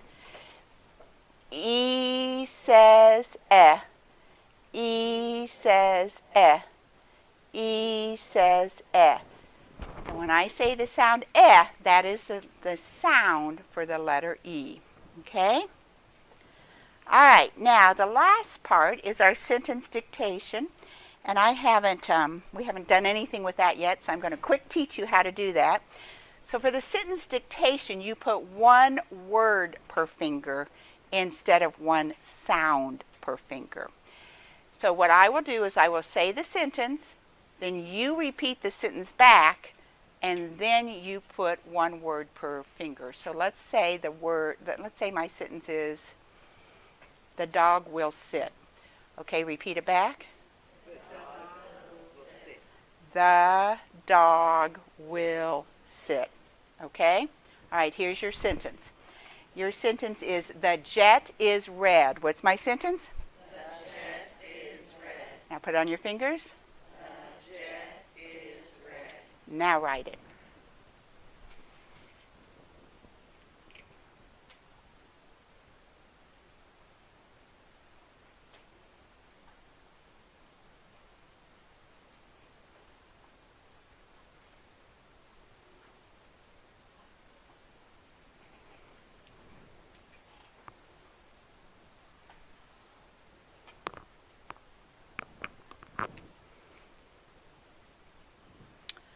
Okay, so let's check the work. There's a mistake in this, a couple mistakes in this. What's my first mistake? Capital T. So I know that all sentences start with a capital, so I need to change that to a capital T. And I'm missing something else. What else am I missing? Period. Sentences have to end with a punctuation mark. This is a sentence frame that you may have already seen. Comes with framing your thoughts, but it's just, this helps to remember that the first letter is capitalized. If I've only taught period, then I would only have a period at the end. But later, as I teach question mark, I would add that. And then as I add exclamation point later, I would add that. And I would put that up in the room so that they see that template for what a sentence looks like, and they have that visual all the time.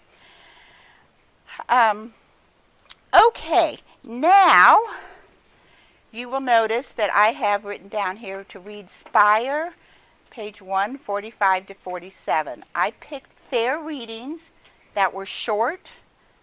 Yes. Sorry, I have a question. Oh, sure. In the sentence dictation, if they were to make a mistake, like put the I for the E in jet, Good job. would we just correct that one and have them cross out that letter in jet to correct that? Yes, exactly. And we wouldn't worry about the or is or any of the other words, just the words we're focusing the sound on? No, I would correct any of them Okay. that are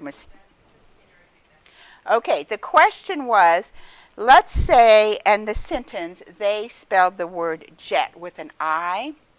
Yes, I would take the time to correct that and say, remember, our new sound is like in edge. How do we spell that? How do we spell that in web? Oh, with an E. Can you change that? And then they change it. If they misspelled these words, I would do that as well. And I start by saying with my students, oh, good. There's 4 words in there, and you spelled 3 right. Let's look at the one that we need to fix, so that they get that positive feedback for what they've done well. But you want them to be sure that all of those words are spelled correctly. Yes?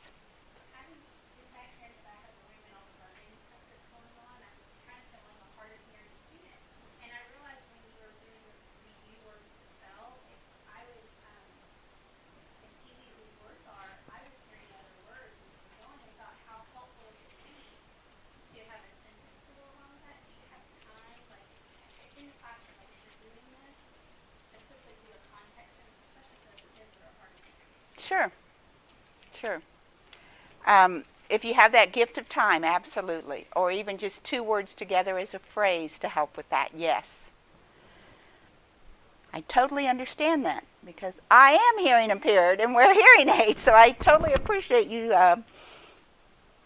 supporting those children. Okay, so you will notice that I have Spire written down here. I had an online question on what is Spire. Spire is a wonderful decodable text. Jamie will talk about decodables later on in greater detail. You can find that on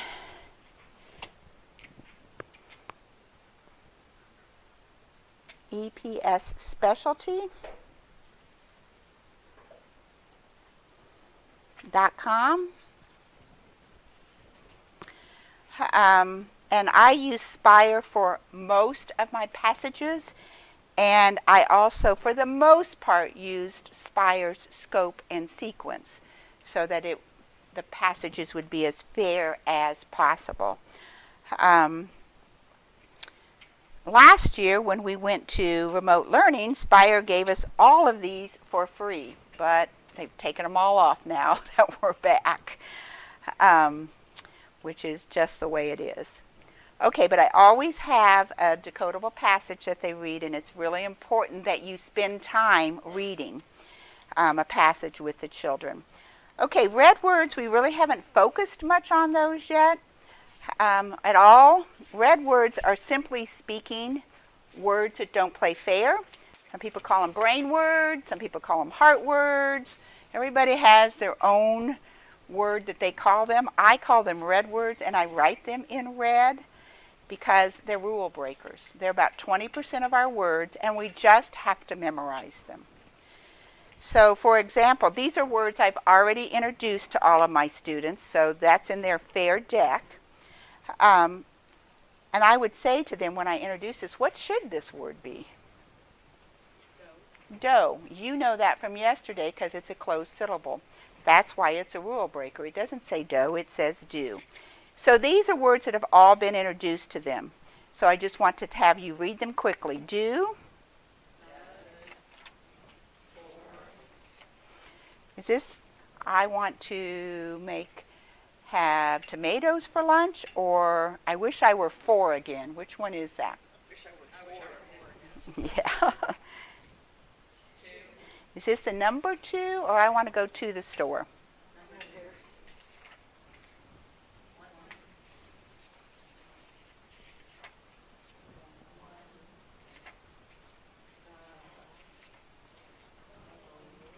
So you notice that word the that I used in this sentence, I'd already introduced that, which was the reason I picked that word to use in the sentence. The jet is red, because they already had that introduced.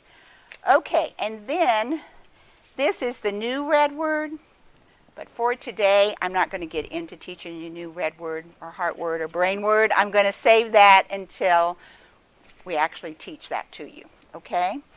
I rarely introduce more than 1 a day, and some days I don't introduce any, particularly if the passage is a little bit longer and I want them to spend more of that time reading, then I won't introduce a red word. Okay, I had a couple online questions. I think I've answered the one about Spire. Where do you get Spire? Again, EPS specialty. Somebody asked if where they can purchase my lesson plans. They are still in the editing phase. I started them in May, and wrote lessons every single day till the end of May. And I am starting on the next group of lessons as well, but I'm editing. My goal is to have them finished being edited by the end of this month. And I will probably put them on Teachers Pay Teachers. I haven't decided that for sure because I kind of want the people to have had the OG training so that it's done correctly. So I'm a little conflicted on that. But for those who might be interested, oops.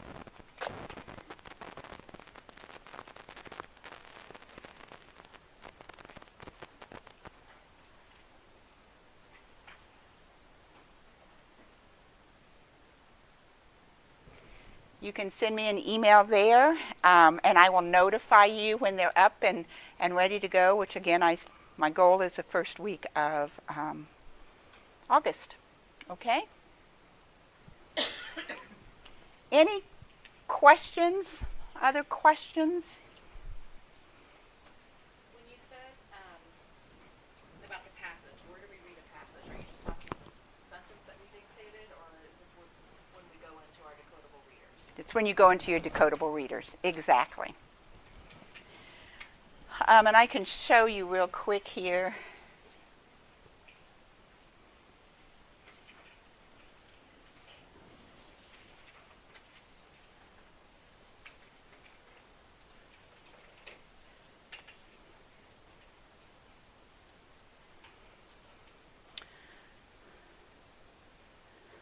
So what page did I put on here?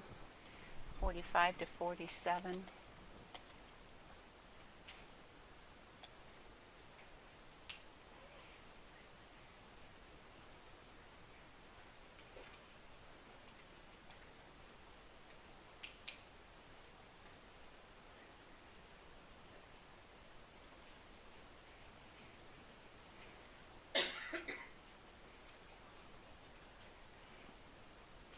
So this is what I chose from Spire simply because it has a lot of short E words. And then this has all the other vowels that they've already also learned, plus short E words put in there. Then it has some sentences. And it also has a short passage. Now the word pond might not be a fair word because I haven't taught the ND blend. So what happens whenever there is an unfair word in a passage, the student hasn't have the skills to read, I don't tell them to sound it out like I did to you yesterday when you were reading the primer, because I'm basically asking them to fly to space without a spacesuit if they don't have the skills to do it. I'm just going to give it to them. So when they get to this word, if they don't read that word quickly, I'm just going to say that word's pond or pond and go on. I'm not asking them to try to guess. I'm not asking them to sound it out. I have a funny story about a parent who came in and he was telling me that his son read this passage that I knew was way over the child's head. And I said, well, how did he read the word football? I mean, you've got ALL in there saying, oh, you've got OO saying, And I knew that there would be no way. He said, oh, I just said, you know. And I said, oh, so you acted out the word, so I figured it out. All right, that's fine. But the bottom line is you could have just given him that word because he didn't read the word. He did charades with you and figured it out with that. So I just give it to them. But every other word in there should be fair. And I would ask them if they missed any of the others or paused. You've got the skills to read that, so take your time and figure that out. I had a little girl who's now in 9th grade that I worked at, and I started with these Spire passages with her when she was in 1st grade.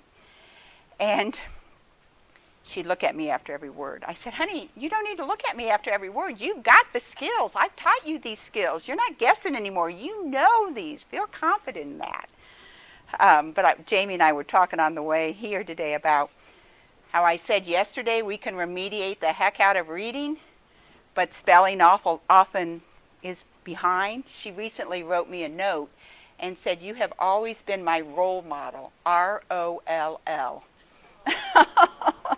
And she's going into 9th grade. And I thought, well, she remembered the floss rule. The magic E rule, not so much. But oh well, I'm not correcting that on a thank you note, or a nice little note like that. I'll just put that on my refrigerator and feel happy. Okay. Any other questions?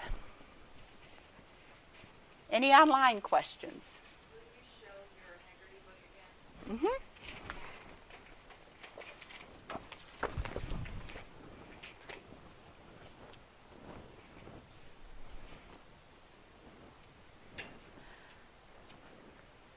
Again, this is the primary one. They also have one for kindergarten. This is 1 and 2. Any others? No? Did it help to see a full lesson?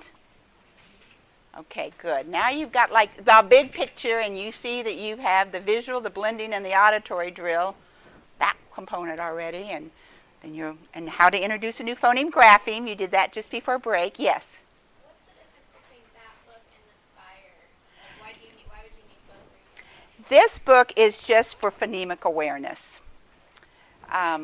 So it only gives you like the rhyme recognition, the onset fluency.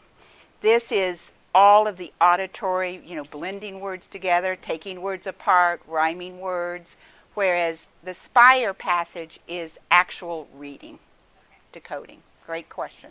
So the question was, I'm sorry online people, I'm really bad about this.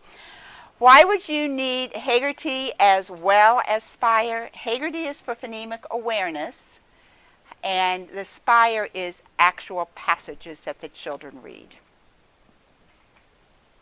We were able to do some sleuthing, and we found the link. So you'll get the link to all the free Spire. The Spire coding resources. So you're gonna keep on it. Yeah, so that'll be You were emailed able to to you. find the free link? Woo!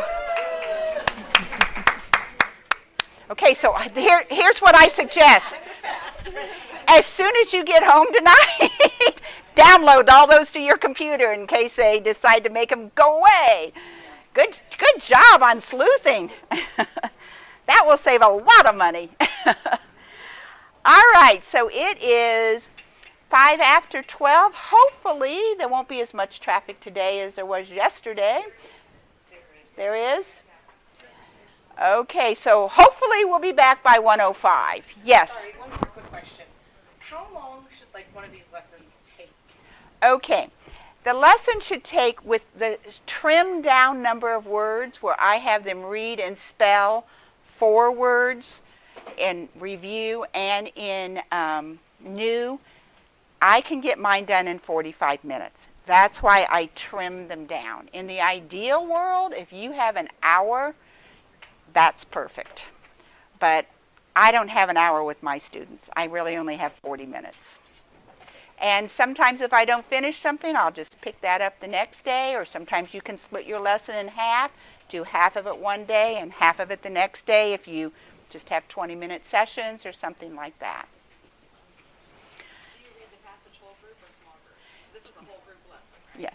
Okay, the question was, do we read the passage whole group or small group?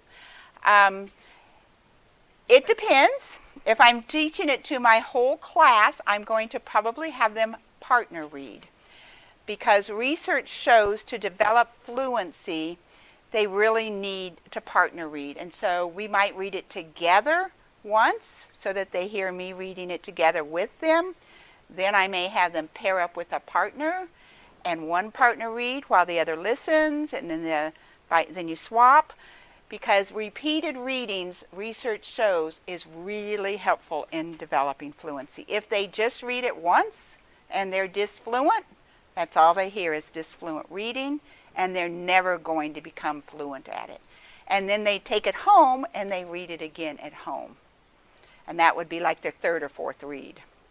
And then they get to show their parents how wonderful they are. Yes?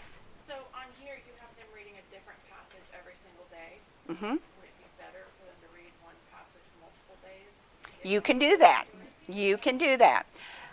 And, okay, I am so sorry. Thank you, Cindy. The question was, I have different reading passages on my lesson plans daily.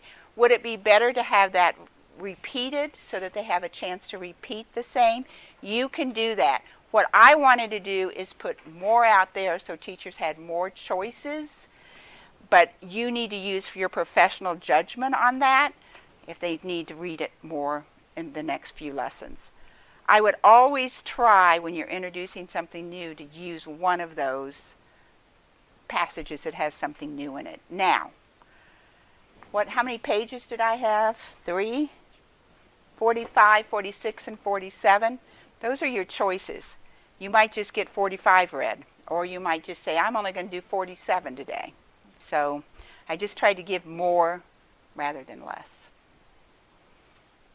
Other questions?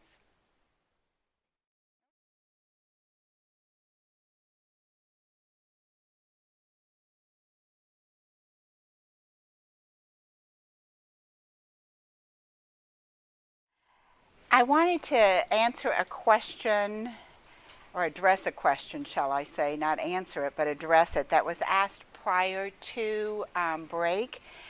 And that was, how can OG be used with nonverbal students? Neither Jamie nor I are an expert in working with students who are nonverbal. And what we have discussed over lunch is, this is where you need your team of people, those who are experts with working with children who are nonverbal, to talk to them about this. Also look at the child and what are the priorities for that child, and put those in place and decide at which point you're going to begin. But I think that this is where we both have decided this is really where you've got that team of people who are team of educators who are supporting that child, and you really need to pull in support and come together as a team to make a decision on what you're going to do with that particular child or children. Okay, we are going to do some spelling rules and also some phoneme and graphemes that go with those. So, if you would open up your Orton Gillingham Educator's Guide to page 36.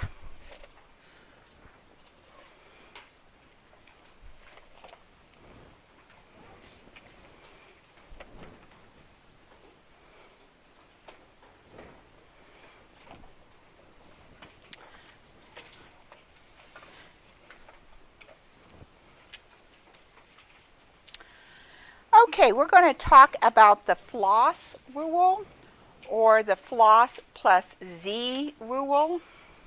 And the reason it is called that is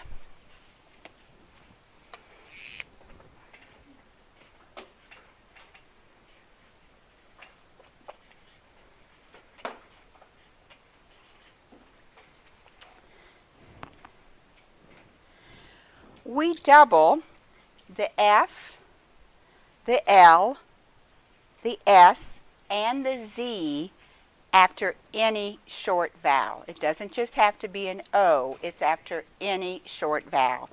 So that's why we call it the Floss rule. The F stands for the F that we double, the L for the L that we double, the S for the S that we double, and the Z for the Z that we double.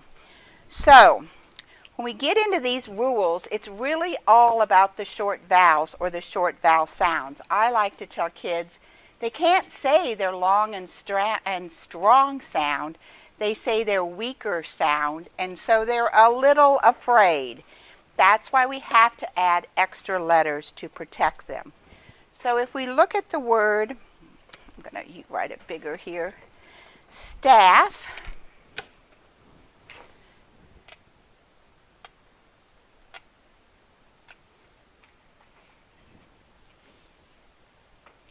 Okay, I have my short vowel, and then right after my short vowel, I have the sound of. Well, because this is a short vowel, making its weaker sound, it needs the double F to protect it. One F is not going to be good enough. If I take the word will, okay, I have a short vowel, and right after that short vowel comes my sound of ul. So I have to double it to protect that short vowel. I have the word pass. Short vowel, I have to put two S's there because that short vowel wants the protection of another S. And then buzz, again, it's a short vowel, and it has the Z sound after spelled with two Z's. How many syllables did all of those words have? Right. This applies to one syllable words. So when we have a one syllable word with a short vowel sound and f, o, s, or z right after it, we double it. Are there exceptions to that? Yes. Bus.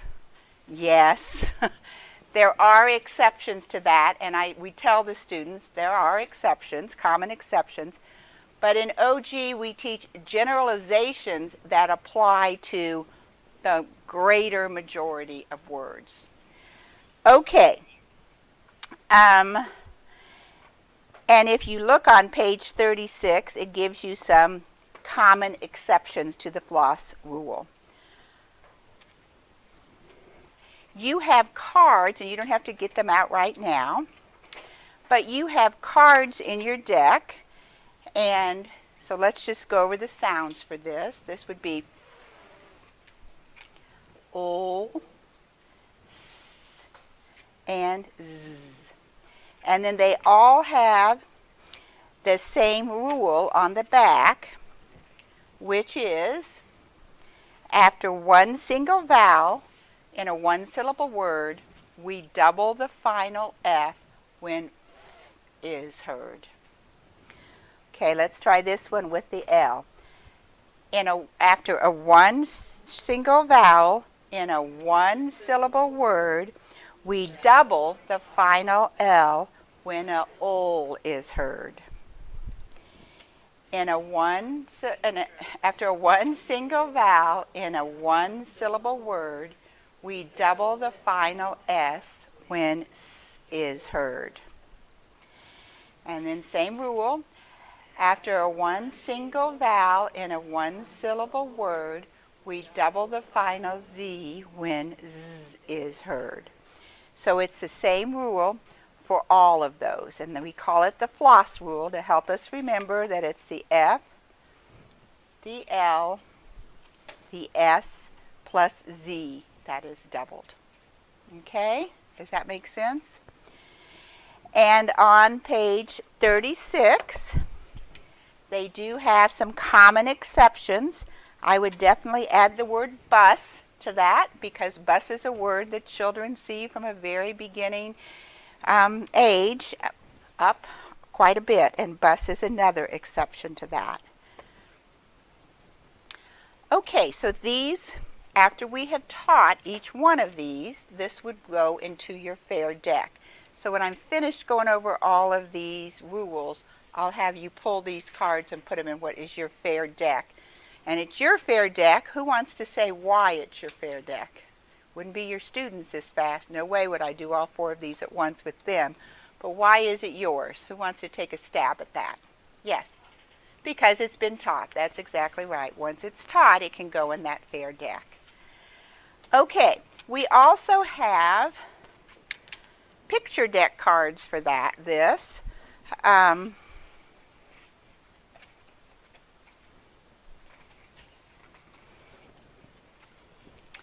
So just reviewing from yesterday, FF, off, let's practice that. FF, off, LL, bell, O, SS, mess, S. Looks like my niece a year ago when she was 1. ZZ, buzz, Z. So that's the way we would do it for the picture deck.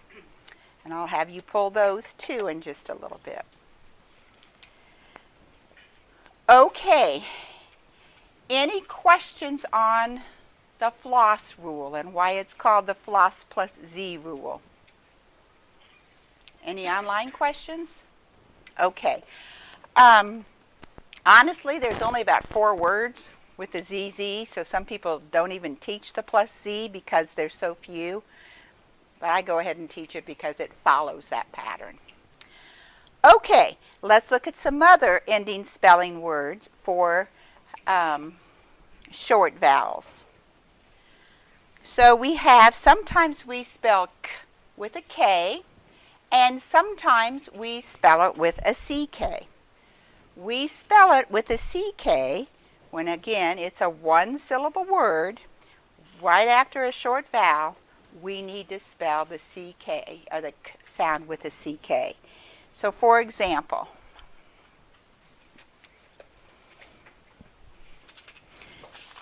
and this is how I typically teach it, of course, only one at a time.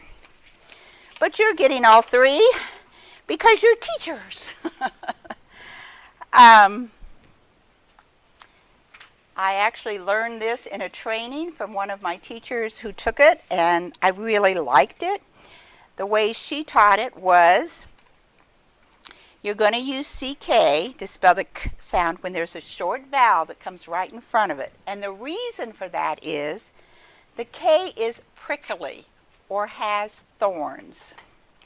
And so it will stick that short vowel. And that short vowel is kind of scared because it can't say its loud and strong name. So we've got to put another consonant in there to protect it. So we have to spell it with a CK. So for example, if we have the word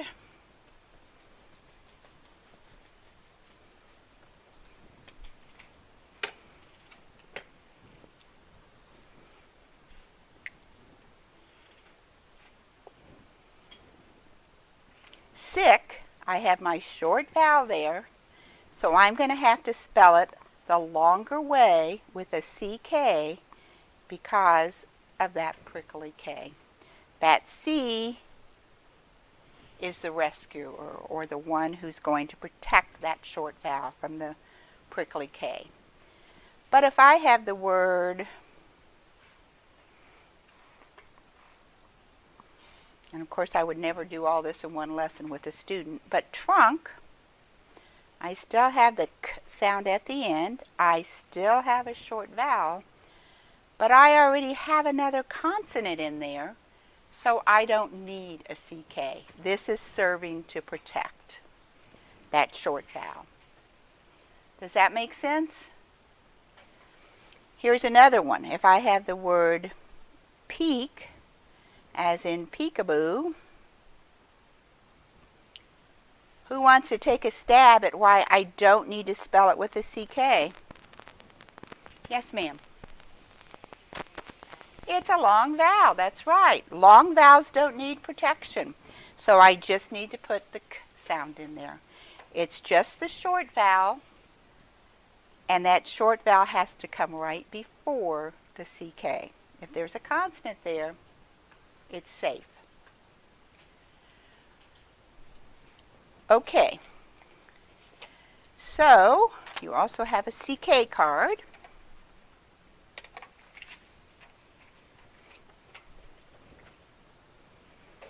And the key word for CK is duck. And our rule is, in a one-syllable word with a short vowel sound, the K at the end is where the CK is found. So let's say that together. In a one-syllable word with a short vowel sound, the K at the end is where the CK is found. Okay, because it's protecting. All right, now you will notice on page 37, this also occurs in a few two-syllable words. And it's when an ET or an ER come after it. That at this point is for your knowledge. I would never tell a student that when I'm teaching them the CK. It would be wah wah wah wah wah wah. It would only confuse them and make no sense. But that is for your knowledge because there are some two-syllable words where we spell the K with a CK. But notice they end with an ET or an ER. Julie, can you hear me back there okay? Okay, great. So we already talked about in these words, we don't need to put a CK there because of the N. This is a long vowel, this is an N, and this is a long vowel. And then of course, sometimes we need to spell the K with a KE when it's a magic E syllable. So it would be in bake, like, spoke, or Luke. All of those are magic E syllables, which will be the last thing we get to today. Okay, now if we go back to the CK rule, there's two ways to spell ch. The one way that's in your fair deck already to spell ch is what? CH, that's correct. The other way to spell the ch sound is with a TCH. And just like the CK, when there's a short vowel right before it, we have to spell it with that extra letter, the C. The K is spelled with a CK to protect that short vowel. When we have a ch sound at the end, and we have a short vowel right there, we've got to put in that extra letter. I just carry my prickly concept over Now we're spelling it with 3 letters, so the C and the H are prickly, and the T is the protector. It protects that short vowel that can't say its strong sound. It just makes its weak sound. So, if I have the word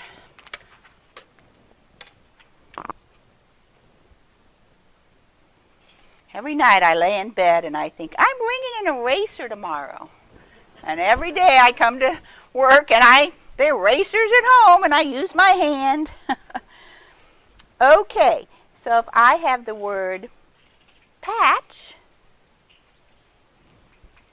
there's my short vowel. I hear the ch after it. I've got to add the T that we don't hear just to protect that short A from the prickly CH.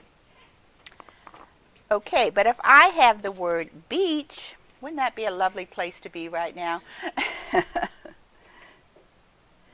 I spell it with the CH. Why? It's a long vowel. Long vowels are good and strong. They don't need any protection. How about if I have the word hunch? How am I going to spell ch in hunch, do you suppose? CH. Why do I not need the TCH when I have a short vowel? The N is in there, that consonant is in there doing the protecting, so I don't need to protect the short vowel. It already has one. Are we good on that? Okay, now, if you look at the bottom of 37, it talks about some very common exceptions to that. These words are all words that we call red words.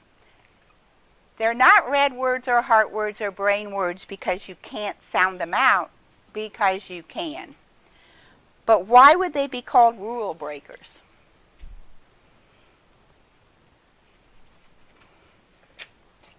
These right here, why would these be called They all have a short vowel sound. Which has a short vowel. The ch comes right after it. There should be a T in there. Same with rich. There should be a T in much and such. So their mnemonic to help kids remember the common exceptions to that is worms. The W stands for which, the O for nothing, the R for rich, the M for much, and the S for such. So that is a nice mnemonic device to help kids remember the common exceptions to that. Yes, about the common and why they're common exceptions? Yes, the W in worms stands for the W in which. The O, we just need an O in there because we got to have a vowel to make it a word. So it's just in there. It doesn't count for anything. The R stands for the R in rich. The M stands for the M in much. And the S stands for the S in such. And those are our exceptions because they should all be TCH. So that might be another great visual to have. And those of you who are super creative could have worms crawling on it. You wouldn't want to see my picture of worms. That is not my gift. Okay, so we've got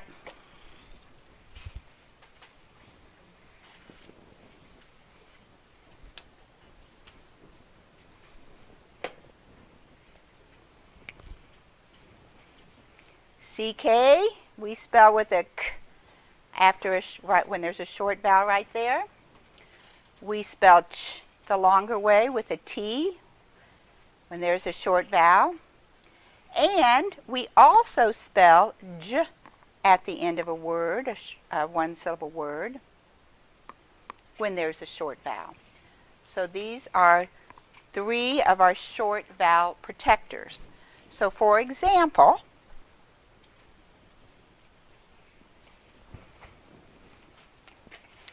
just carrying this same theme on down.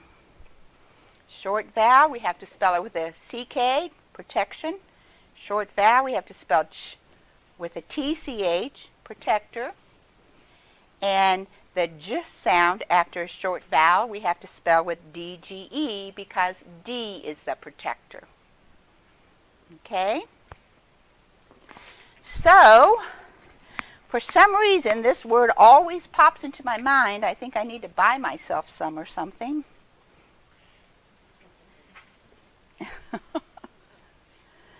When I have the word fudge, I have my short vowel. Right after that, I hear the J sound. So I have to spell it with a DGE because that D is going to protect that short U from the prickly GE.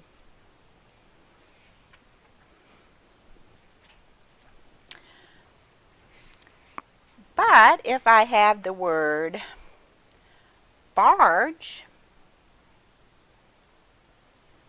I hear J at the end. It isn't a short vowel. It's a bossy R. We haven't really gotten to that yet, but I know a lot of you know it.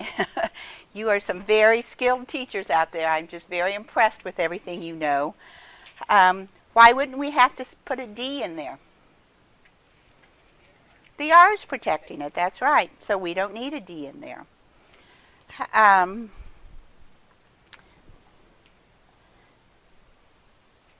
This vowel team is not part of your fair deck yet. But that says oo. There's no short vowel sound in there. That's oo. So we just spell it with a GE. No protection needed. We only need to protect with a short vowel. Is that okay? Okay. Don't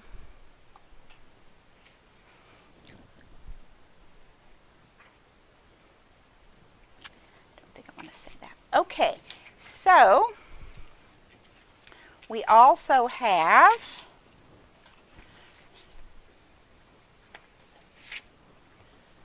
picture cards for this. So for this, remember, since it's the picture deck and we're still working on the letters, we have them say the letter name. So we would say C-K duck. Can we do it? C-K duck. T-C-H. Hatch. D-G-H. Bridge. J. Okay, so those are our picture cards that go with that, which I'll have you pull in just a little bit.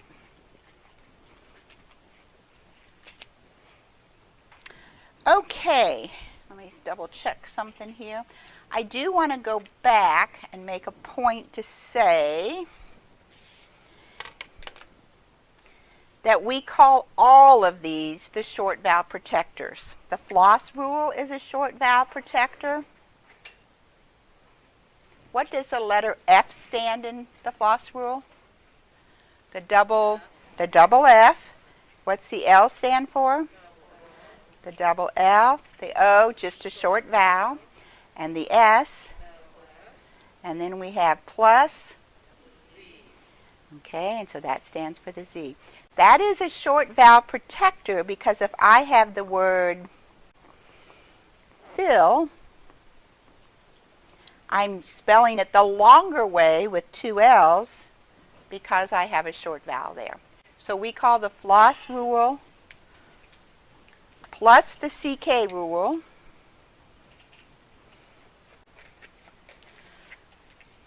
plus the DGE rule and plus the ch rule, all short vowel protectors because there's a short vowel right in front of them.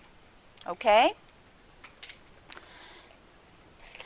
And just like the floss rule has a rhyme on the back, so do the TCH, CK, and DGE. The CK one is in a one-syllable word with a short vowel sound. The K at the end is where a CK is found. I already told you that, didn't I? I didn't tell you the TCH, did I? All of a sudden it's rolling out of my mouth and I'm thinking, that sounds really familiar. Okay, in a one-syllable word with a short vowel sound, the ch at the end is where the TCH is found. Let's do that together. In a one-syllable word with a short vowel sound, the ch at the end is where the TH is found. And this is very similar. In a one-syllable word with a short vowel sound, the j at the end is where DGE is found. Okay?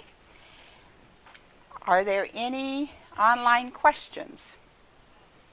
No, but I wanted to say Something I didn't tell you guys before is anytime in the cards that they're capitalized, that's when you say the name.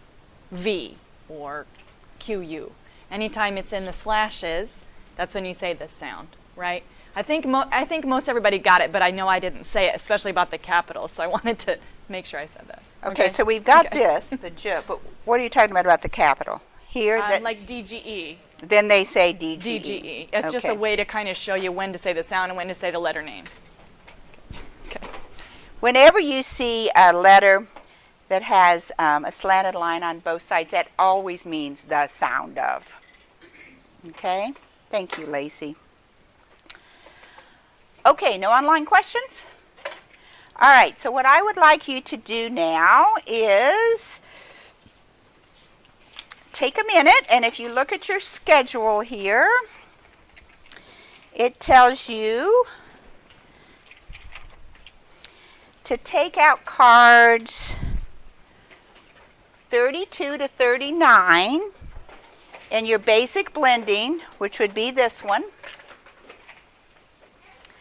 and then P32 to P34 and P38 to P30 or 36 to 39. P stands for picture.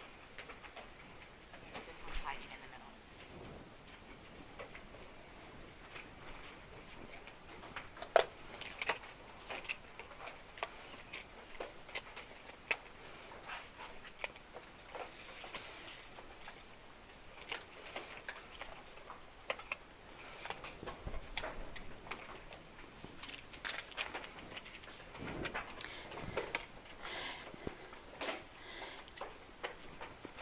And you will find in the middle of the blending deck, which is the smaller white cards, there is a random card stuck in there, which is all. It does not follow any of those rules. It just happens to be in there because of the way they needed to be printed. But you can go ahead and add that to your fair deck. Just know it doesn't apply to any of those spelling rules. What was the second set for the picture? Oh, let me put it back up here. Picture deck is 32 to 34 and then 36 to 39. It's the same thing with all in the middle, so you could just pull 32 to 39.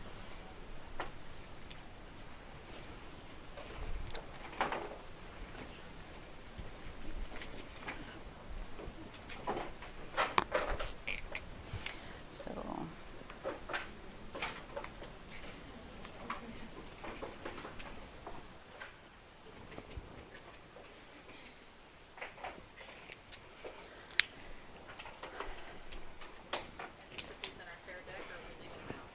go ahead and put those in your fair deck. We're not going to do a partner practice with that. And they're your fair deck because you just learned them.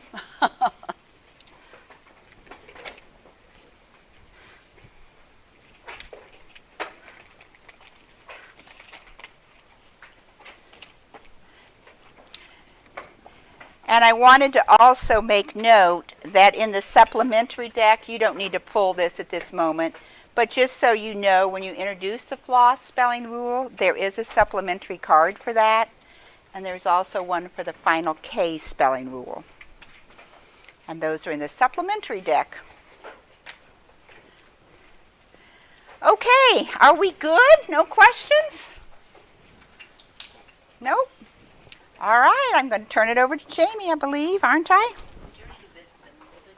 Huh? I did not do the welded sounds. I guess I'm on a little longer to...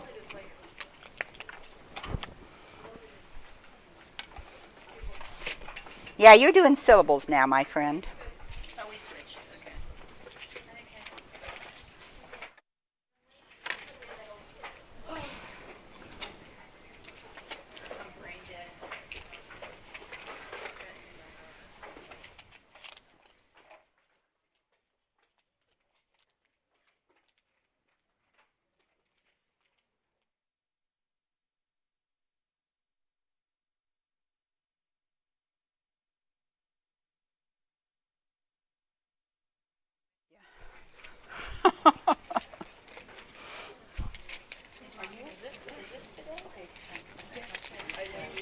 We're right here on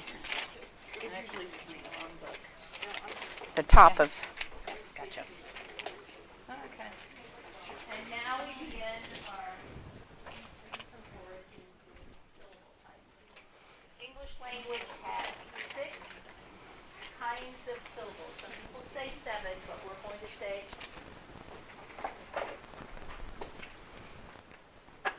was trying not to be the person who forgot to turn their mic on.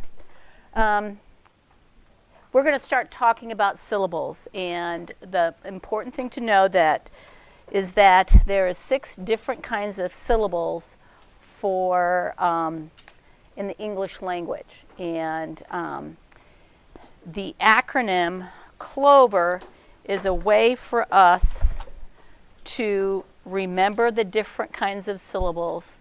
And you're not going to have the kids memorize this, but I have this up on my wall, and when we learn a syllable type, we check it off and talk about it. So the CLOVER acronym stands for closed syllables, consonant LE syllables, open syllables, vowel team syllables, magic E, and R controlled. I'm going to talk about this. When we did our training several weeks ago for our summer school, we taught, and there were some people that really thought that they didn't know anything about syllable types, and so the first thing they did when they went to summer school is they taught open and closed syllables. Now, the thing about it is you got to start a little bit back and talk about what syllables are. There is in the deck that the supplemental deck has a syllable card, and you would put that inside your fair deck for a while because you're going to be talking about syllables. Syllables, there's a cute little jingle, and I'm going to be really honest with you. The cute little jingles and the little rhymes for some kids are not something that are going to be useful to them. They may not have the memory or the language capacity to understand the little cute little rhymes or remember the cute little rhymes and be aware of that. I taught my little Zoom girl this about syllables, and I realized it meant nothing to her, but she could tell me it, and it is a syllable is a word or part of a word with one vowel sound. That is going to be on, let me see, on the jingle, the little jingle, although we need to edit that. I think it's on page 98 in the supplemental booklet with the little Marion picture on the front. I'm going to say it again because it's a fun little thing, and for some kids, like my whole entire 3rd grade, said this and understood this, but I'll go on and talk to you about how you can make this understandable for everyone. It's a syllable, is a word or part of a word with one vowel sound. Basically, it means that every syllable has a vowel sound, and the way that you can have the kids understand that is a vowel sound is an open sound. And so every time you open your mouth, that's a new syllable. I know some people like to do the clapping thing, but this is how these kids do it. They go, I'll go, how many syllables in window? And they'll go, window. It's meaningless to them. they need to realize, and I always show them, put your hand underneath your chin, and every time you feel your mouth open, that's a new syllable, and you have to count them. I will show them, and then I'm going to have them replicate it with them by having them put their hand underneath their chin and saying the word. So, if you watch for window, window. Everybody do it. Window. Did you notice my hand? How many times did my mouth come open? How many times did you feel that chin go down and hit your hand? 2, exactly. We felt that 2 times. Do you see how this is a real concrete way for them to feel how many syllables are in a word? Now this is going to be important later on, and you're going to have to spend a long time working on syllables. How many syllables? You are going to, when you feel like they're very automatic and can count those syllables, then you can go on and talk about syllable types. Let's do a couple more words. Let's do somebody's name. We're going to do Lacey. Put your hand underneath your chin. Let's see how many syllables Lacey is. Lacey.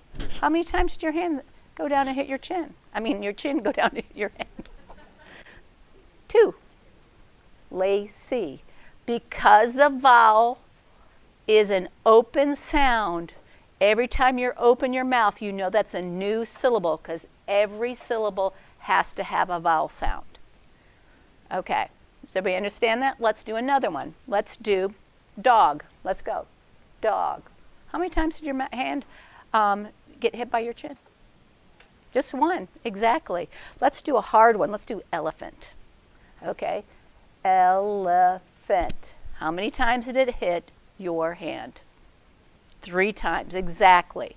You will spend a lot of time on just talking about how many syllables. It's a really nice little extra thing that you can do in your lesson, along with doing some phonemic awareness, handwriting, checking B's and D's. That's an extra thing you can do. How many syllables? And have them do that very concrete action of having your chin go down and hitting your hand. Okay?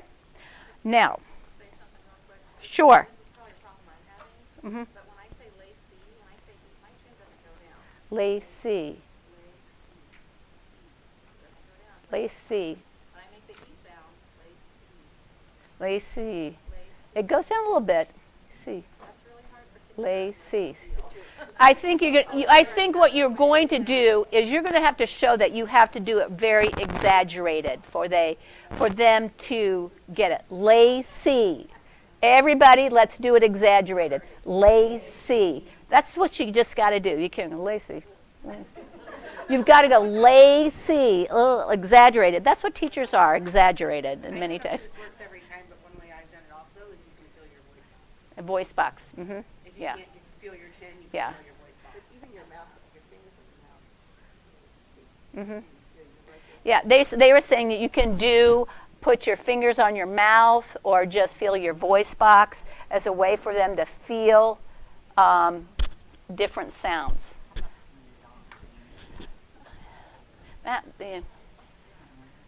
Yeah. Okay. It is. You think this is something only that little kids can't do, but I do have a 3rd grader who I'd say window and she'd go, window, and so I'd have to really show her window, so she gets it. Okay, as we go along, the first thing that you teach are the open and closed syllables. Okay, now you can teach them separately, but I always teach them together. Okay, that's what I do. I think, Christy, don't you teach open and close together? Okay. What I do, and some of the first words that kids really learn are these words that are super duper easy. I almost said it upside down. We have this word. What does this say, class?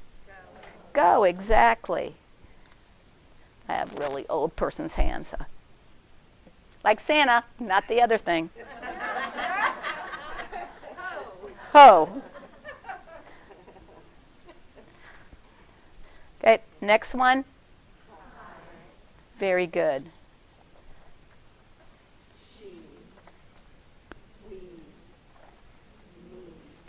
Very good. And the reason why, can you tell me, what does that vowel say? Does it say its name or its sound?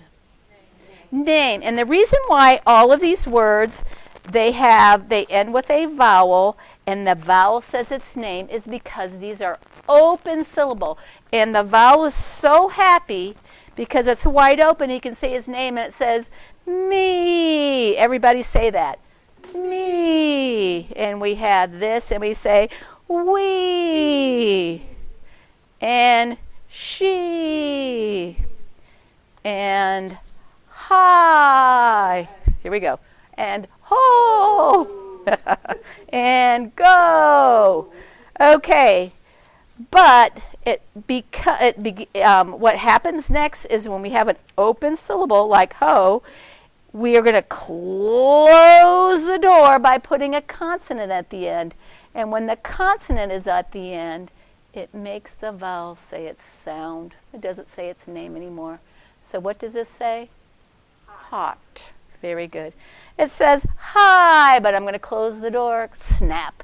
Now what does it say? Hit. It says its sound. We have she. We're going to close the door and make it say its sound. Shed. We have we. And we're going to close the door and it's going to say web. And we have me. And we're going to close the door and it's going to say met. And we have go. And we're going to close the door and it's going to say gosh. Okay. This is the introduction of the open and closed. I spend many days doing this with them, showing them the open and closing them, and flexing back and forth with open and closed so they can tell the difference. And I'm going to say to them, now why does it say its name? Because it's an open syllable. Okay? Why does it say its sound? Because what kind of syllable is it? Closed. We have some cards in the supplemental deck that look like this. And if you have some kids with pretty good language, I ask them, what is a closed syllable? And they're going to be able to say it has a single vowel that ends in a consonant. And what is the vowel going to say? It's going to say its sound. Very good. An open syllable. What does an open syllable end with? A vowel. And what does a vowel say? Its name. So those are the two things. They would be in my deck at the front, and we would go over that. And I'm not going to ask them to give me all the information. I'm going to say to them, an open syllable ends in a what? And what does a vowel say? Okay. Okay. Does anybody have any questions on open and closed because you're getting ready to teach open and closed? Okay. Yes. That's okay. When we think about teaching open and closed syllables, right. Is there, I mean, I teach kindergarten, so is this something that there are many sequences that have you teaching the open and closed in kindergarten after they kind of get going and understand syllables. And it becomes very helpful as time goes on that they understand what syllables are and then open and close, and then you can kind of add on the other syllables as you go. It is, I don't think we probably teach open and closed with our kindergartners, but I do think they do in first grade. When I'm tutoring kids, I teach that pretty darn early. Yeah. Yeah. Mm-hmm. Yeah. She just wanted to know about teaching open and closed in kindergarten. So that was the question. Does anyone else have a question?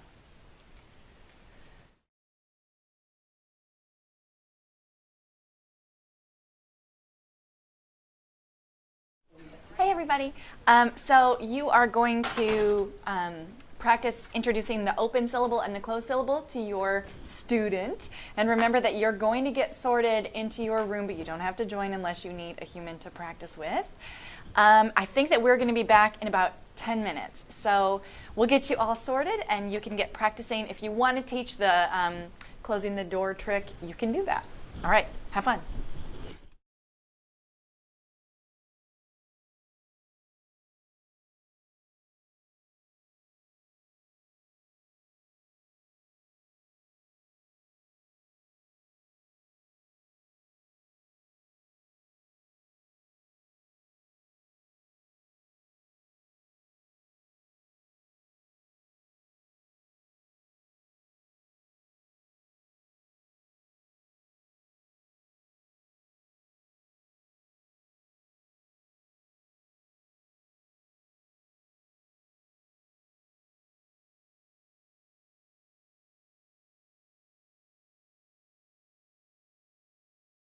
Welcome back, everyone. It might be that you've never had an experience talking about syllable types. It is a great exercise, and it really does help children understand how English words are put together. We have a little worksheet for you on page 100. This is in the supplementary booklet. Let me get the front. Let me get the front. Like that. Page 100. You are going to look at these syllables here, and you're going to sort them into columns, either as an open syllable, as a closed syllable. All of them will fit in either one. I'm going to tell you, we didn't do really good job counting the boxes, so there's more in the closed syllables than the boxes denote. So I'm going to give you about 5 minutes to write down the closed syllables and the open syllables.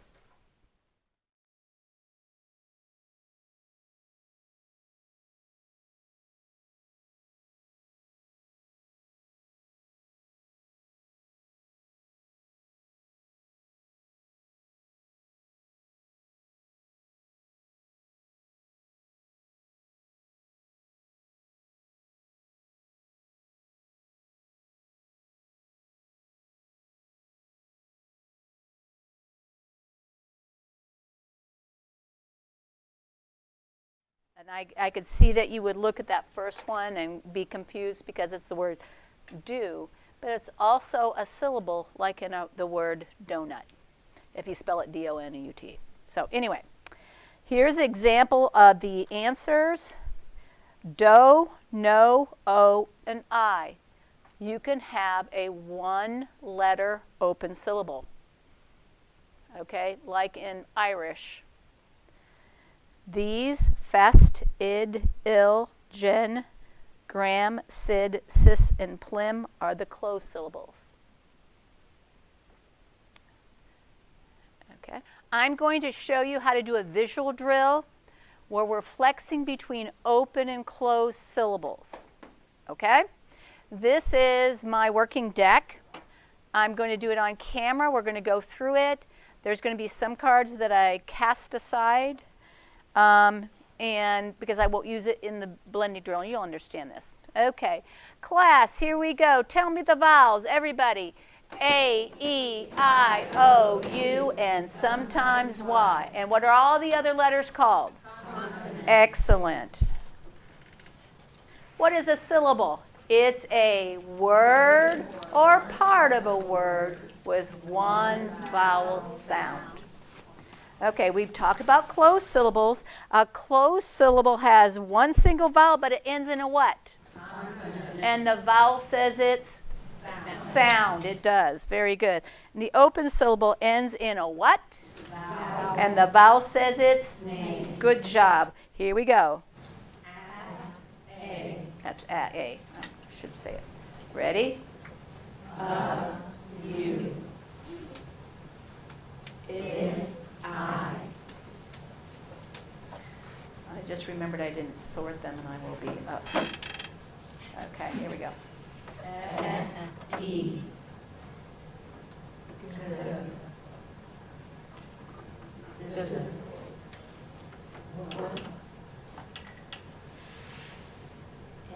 we're going to say what it says on the back.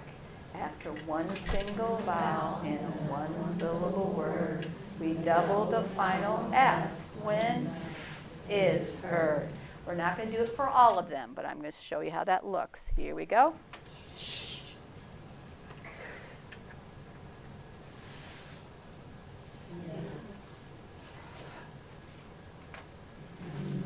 We're going to not say the same. We're just going to put it over there. Let's do it. Pull. Keep that tongue behind your top teeth. And here we go. Is the new one. It's very good.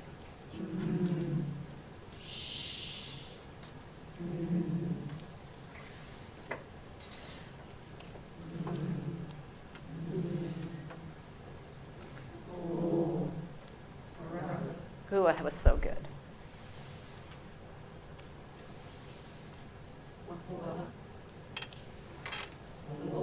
Very good.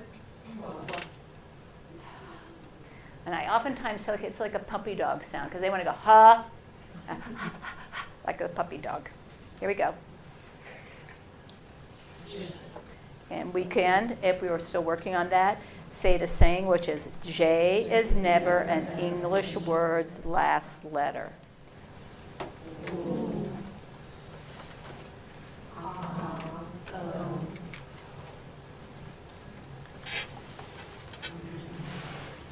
We haven't learned the yet. There we go. Okay. Now I have my blending deck. I will zoom out a little bit so we can get the whole thing.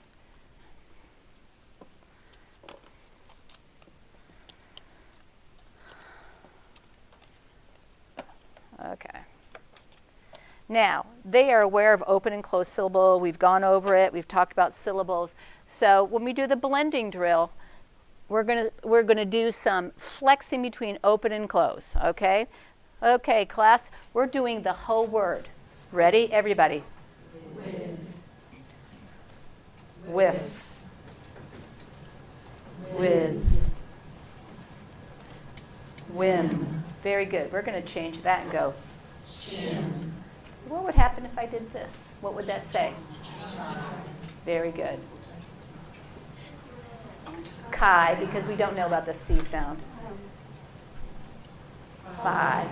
Let's go again.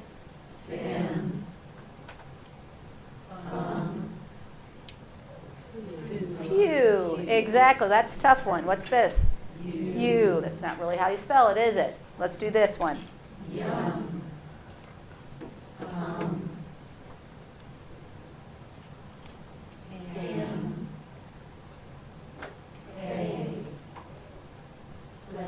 Yeah, but we don't spell it that way, do we? What's that say? Flash. Vash. Zash. It's hard to say. Zosh. Zo. Lo. Wash. Rosh. Sosh. Son. Right, it's not sun, it's son. Socks. So. Well, that's a real word, isn't it? Here we go. Walks. Low. Low. Quo. Walks. Okay, do you see how you go, I'm going quickly, and you are doing it pretty effortlessly because you're adults, but you're flexing back and forth between open and closed, and they're going to have to be aware, and it does take some time, but they usually do a pretty darn good job if they understand open and closed. But this is how you practice it with the blending deck, flexing between open and closed. Okay, you're going to take your decks out. You're going to have your floss rule, ZZ, SS, LL, FF, DGE, and TCH in there. And if you go into your supplementary deck, it's also, I want you to get that card out because you're doing that every time. You can do this card, the open and close card, okay? Those will be at the front of your deck, and when you're done, you put them aside because you're not going to blend those. Okay? Okay, when you are ready, pick a partner, and each of you go through doing a visual drill, sorting them into 3 piles, and then doing a blending drill, flexing. Back and forth between open and closed syllables.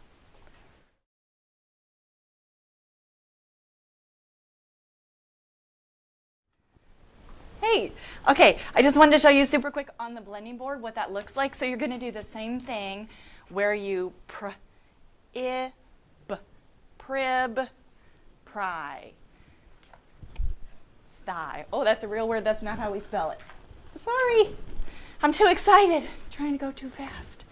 Let's do it again. Fib. Okay, does that make sense? So you just kind of cover it up like that on your board. Okay, so now you're going to go into your practice. And if your partner can't see your board, you may have to hold it up or just angle your camera down a little bit. All right, we'll see you in there. Have fun.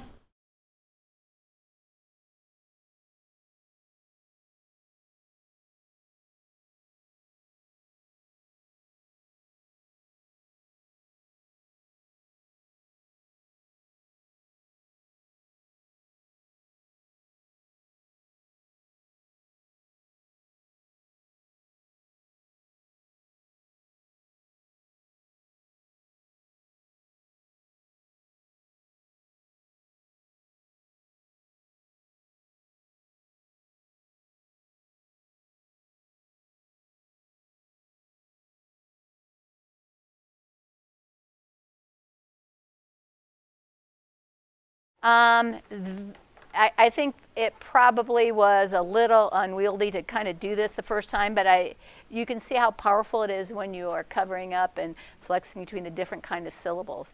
You've got to make sure, though, that you look at those little boxes and put it in the right place because you can get yourself really mixed up. And I do it occasionally like, ooh, what's that doing there? And then I move it over. They don't know. The other thing is, because we haven't been close, when you're doing a blending drill, oftentimes you accidentally come up with a bad word. So you're gonna be aware. You've got that CK at the end. Make sure that the U is not next, and so on. So just you got to be aware, because the kids that are struggling the most are going to be the ones that are going to get that as fast as they can, because they know they want to figure it out. So, all right, we're going to have Miss Christie come on over and talk about welded sounds. Okay. Okie doke. So welded sounds. We have, if I take this vowel off from there, I have NG left, and it says ng. They're like glued together, the N and the G. So if you would look in your supplemental document on page 96, that's the one with the picture of Marion on the front.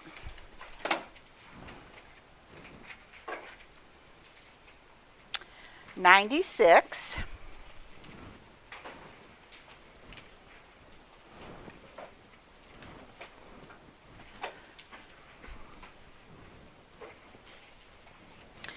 So when we think of the N and the G, N says N and G says G. But when they are welded, they say ng. So they don't say the sound that they say in isolation. So letters that come together and don't say their typical or usual sounds, but create a slightly different sound, are called welded or glued sounds. So the NG is ng. And then when we add the A to it, it says ang. And when we add the I to it, it says ing. So this is making the long sound. This is making a totally different sound, E. But when we add the O to it, we have ong and ung, the short sound. which I would call a true closed syllable when it's saying because the U is short, and ong, the O is short. There are two schools of thought on this and a lot of controversy. Dr. Sparks, who was one of Jamie's instructors in the reading science program at Mount St. Joe, calls this an open or a closed syllable, ing. Just like ong is closed and ung is closed, he says ing is closed and ang is closed. But it doesn't play fair. But it doesn't play fair. I personally don't do that when I'm working with kids because this is making a long sound. I would call that a knot. And I would call this an ong and an ung. I preface that with the fact that I do not have a doctorate in advanced phonics. And Dr. Sparks does. So I don't know those in advance, but he had his doctorates. So, I've seen different programs do it different ways, and I would say you decide as a group at your school how you're going to do that. But do you see how I see them in two different things? The knot, these is the knot, and these is true closed. Well, knot meaning it doesn't fit in. It's kind of like its own little pile, a knot pile. It doesn't fit open or closed. Okay, so the question was when I said I call this a knot, knot was a question with a question mark over it for those of you on Zoom. And the reason I say knot is I would put it into a knot pile. It's not closed, or a not fair pile. But again, I want to be sure I tell you what Dr. Sparks said. Okay, so that is one group with the NG. And then the other welded sound is the NK, because N says N and K says K. But when we glue them together, it's nk. We don't say nk, it's nk. So the NG family, ng, and the unk family, NK. So, just like the A in ng was long, so is it in this one. Ang, like in bang. Just like the I in this one said E, this says E, ink. Just like this one said ung, this one says unk. Where's in this one? Ong, unk. So we call those glued sounds simply because the NK is glued together and makes slightly different sound, unk, and the NJ is glued together and makes a slightly different sound, ung. And then we put those four vowels in front of them. Any questions on that? Me again. Yes. And it doesn't have anything to do with the welded sounds, but now I'm going back to segmenting into phonemes and thinking about Good question. ong, possibly one, but onk. I mean, like if I'm thinking bong, oops, maybe I should think bong. Maybe I'm thinking pong. But how would you segment the? How would you segment this one? Okay, excellent question. Since it's a welded sound, that's going to get one finger. So let's say my word was sung, it would be ung. So the whole ong gets one? The whole ung gets one. So it wouldn't be Exactly. Ooh, I'm glad I asked that question. I am too. What about sunk? Sunk? Would be the same thing, or would that be? Okay, how would you finger spell or chunk sunk? It would be the same thing. It would be unk. You don't put the vowel on a separate thing because it's always going to come together with one of those vowels. So that whole chunk with the hyphen goes on one finger. That's how you would chunk it. So sung, song, sing, sang. So there's two phonemes for those. Now if I did bling, it would be b-l-ing.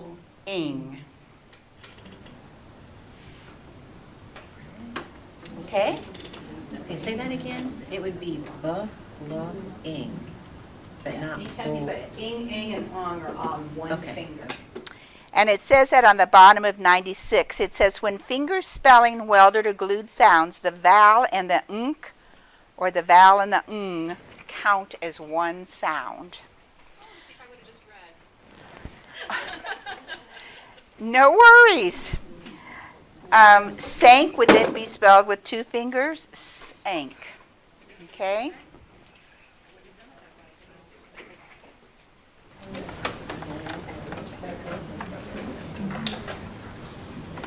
And we did this is not a welded sound, but we did the A-L-L earlier. I just had you put that in your deck. That would be the same thing. It would two fingers. If the word were ball, it would be b-all. Okay? Because if you did ah, they'd want to put an O there, not an A. So it's b-all. Okay, any question on the welded or glued sounds? Okay? Okay, question online was, do all programs count sung as 2 phonemes instead of 3 or 4? And follow-up was, sung has a clear U sound that kids would count as its own phoneme. So I said, we count those as welded sounds, s-ung, but can you go into a little bit more about the U as its own sound? Yes. We do count them all as welded sounds, so sung instead of s-ng would be s-ung. Now, I don't know what all programs do. Some may break it so it's ng, but when we have all of those on one card, that tells us that's one chunk, one finger. Okay? Now, if you violently disagree with that, you can, and I certainly see your perspective from it because you do hear the short U. And you do hear the short O. So if you wanted to do s-ong, I'm not going to split hairs on it. I think but you've got to be consistent amongst your grade level and team. I think it's confusing to students, though, if they see this as all one chunk, and then you're separating that chunk into 2 sounds. Does that help, Lacey? Any other questions? I think if the kid got it either way, I'm not going to make a big deal. If they're able to sound it out, I'm not going to make a big deal on the phonemes, whether they weld it or not.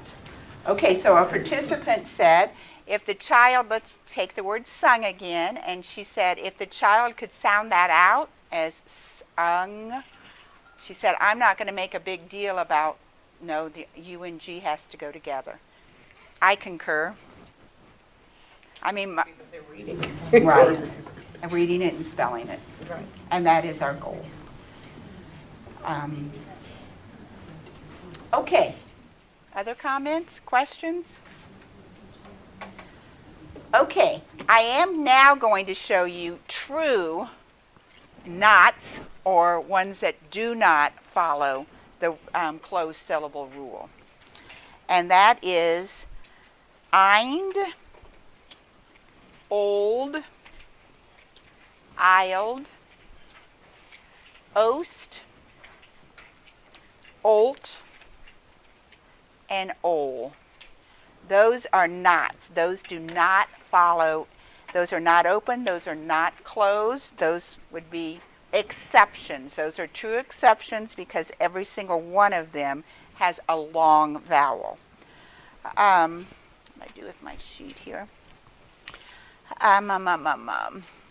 So the saying, to help you remember these, Lacey wrote us a new saying, and it is on your schedule right here, and it says, find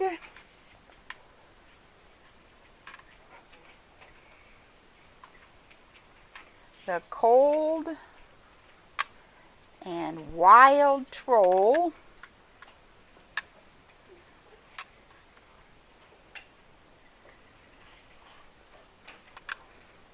whose colt is tied up to a post. So that little sentence just helps you and the students remember that these are true closed syllable exceptions. Eind, old, ild, ol, olt, and ost. Sure, question. In the book, it also says that all, A-L-L, is an exception to closed syllables. I would call that an exception to closed syllables because it doesn't, A-L-L doesn't say al, it says all. So would we also put that in the, go ahead. No, I wouldn't call it closed syllable exceptions. Something completely different. I would make sure that when we teach the all, You put it on one finger when they sound it out. And it's really easy for kids. For some reason, they know ball, and you can go ball, maul, haul, wall. And there's just not a ton of them, but a lot of them are for younger kids. So just teach that one day, all, and all the words that go with it. But make sure the all is on one finger. So. And what I would do is I wouldn't even, when you get to that, once you've added that to your deck, and you're flexing between open and closed, I would not do anything on all. I would just keep all and not say what kind of a syllable is it. I would just have them sound out that word and not get into the syllable type it is. Okay.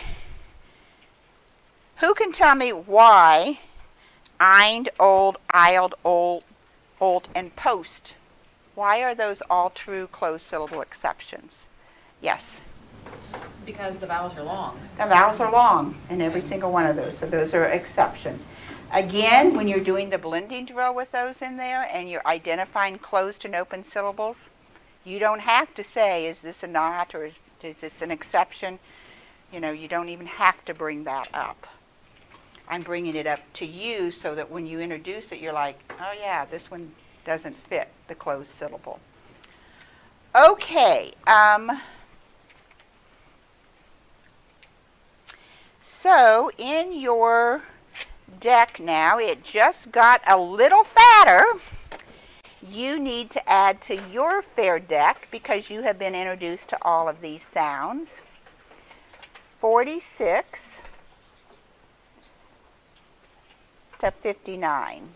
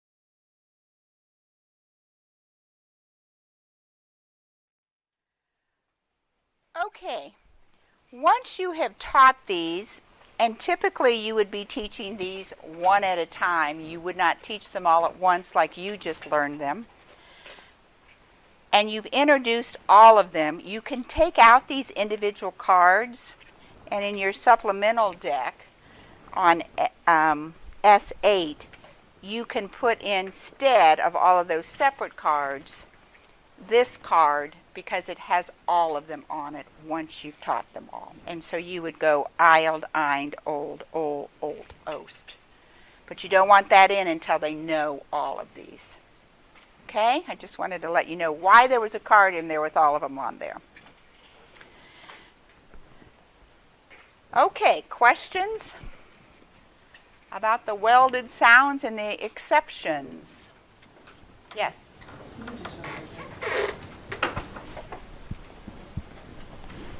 I'll grab this one instead of looking through No mine. problem. Here is another visual that Lacey has in S9 that goes with the saying.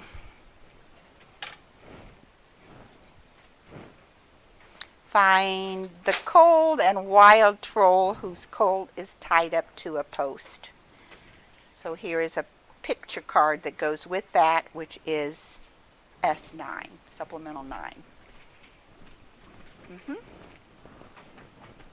Any online questions? All right, back to Jamie for some more finger spelling.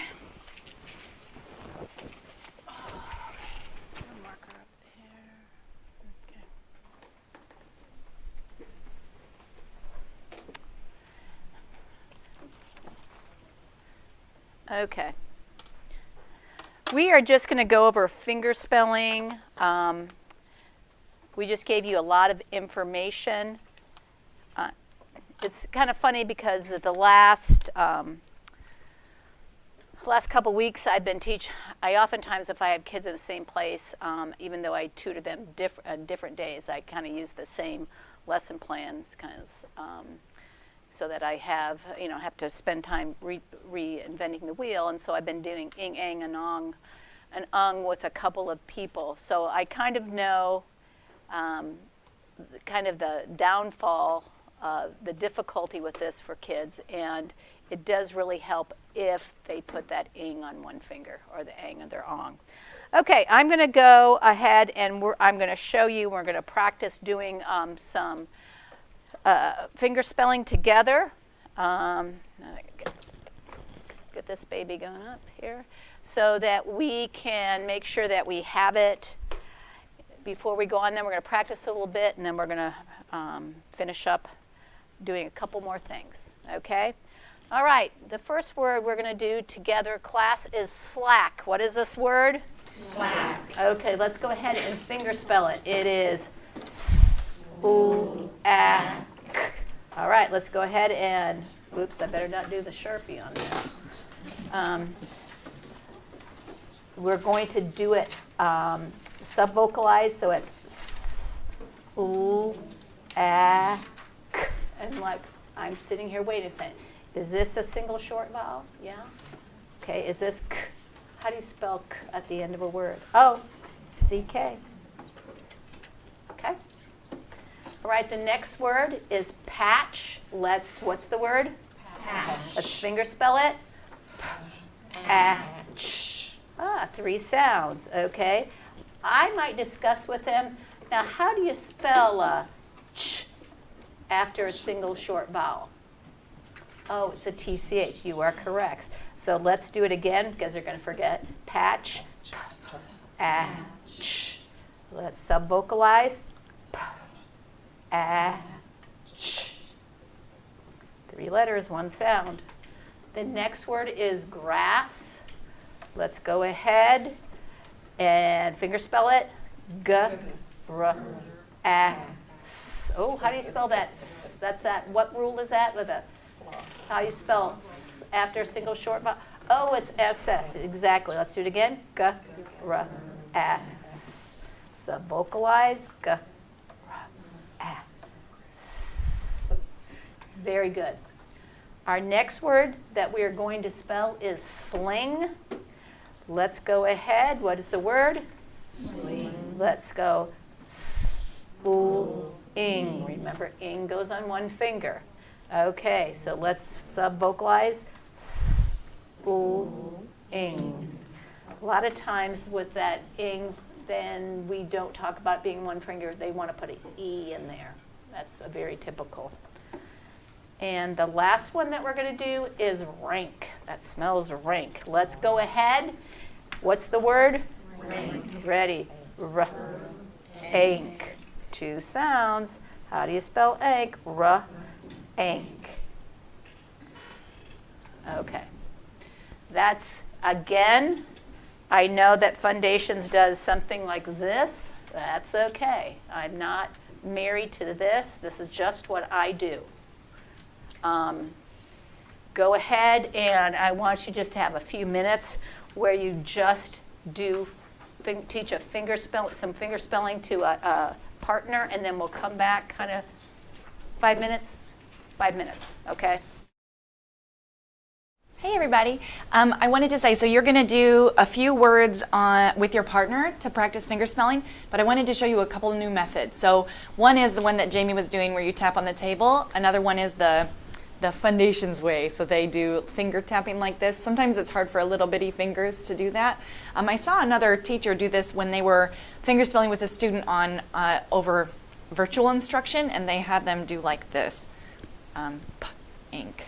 Like that. It's kind of hard with your fingers too, but it was easier to see the student virtually when they were finger spelling like that.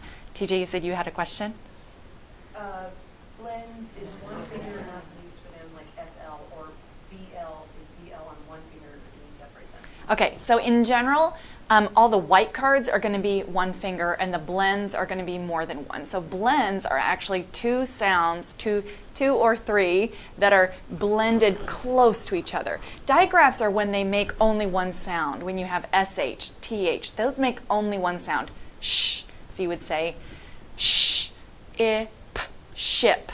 When you're doing a blend, like slick, those are 2 separate sounds. S, O, I, k, slick. Does that make sense? So blends are separated onto each individual finger. Digraphs are one finger. Okay? You have a couple you have pink, so remember about that welded sound. Okay, quick practice with your buddy. We'll be right back.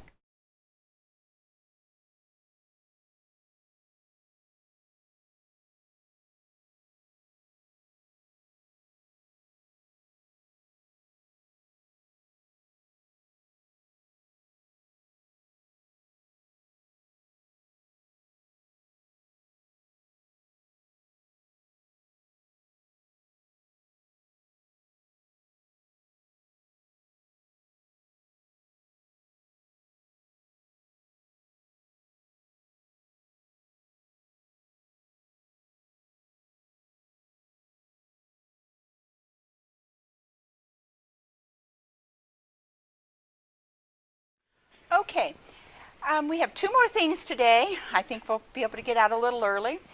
One of them is picking fair words. We keep talking about fair words and fair deck. I think everyone knows now that the fair deck are the graphemes that you have been taught explicitly in here. You've got them at very fast speed, much slower speed for your students. We've got 4 days with you, wonderful teachers. You'll have an entire year with your students, and maybe even longer if you're tutoring them. So you go, we like to say in OG, you go as fast as you can, but as slow as you must. So some students can go faster than other students. Okay, so now we're going to talk about fair words. So on the lesson plan today, when I was doing fair words, and like I said, this is one that I'm editing. Remember I had the word jet on there, but I was teaching the new short E sound, and that was in review, so I said that will need to be edited out. Well, here I am on lesson 109, and in this lesson I am only reviewing the short I, A, O, and U. Yes, I have taught short E, but I am reviewing those with them. So all of my letters in there can only have those vowel sounds. So I have to be very, very careful on that. I came back to do another, this was actually the lesson I did do today. the short E sound. And in this, all of my words were focused on the short E as well as the consonants that they know. So those are fair words, and those are the only kinds of words that you want to put in their lesson plan. It is not easy to do. It's a very challenging thing to pick only fair words. Sometimes your head gets ahead of yourself. So we're going to do a little activity now where you will choose the fair words, and it is on your document, on your schedule rather.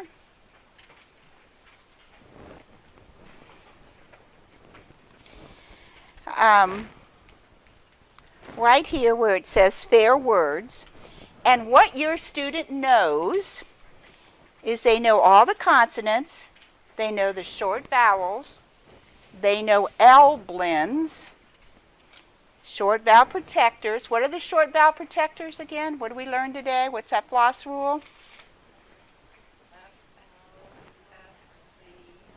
And then how do we spell K? What's the other short vowel protector for K? And for J? And for Ch? Okay, so they know all of that. Now I have listed many words here, but only 4 of those words are fair words to put in the lesson plan. So again, the only blend that they learned was the L blend. So BL, SL. You can't put an R blend in there because you haven't directly taught that. So work with your partner and see if you can find the 4 fair words.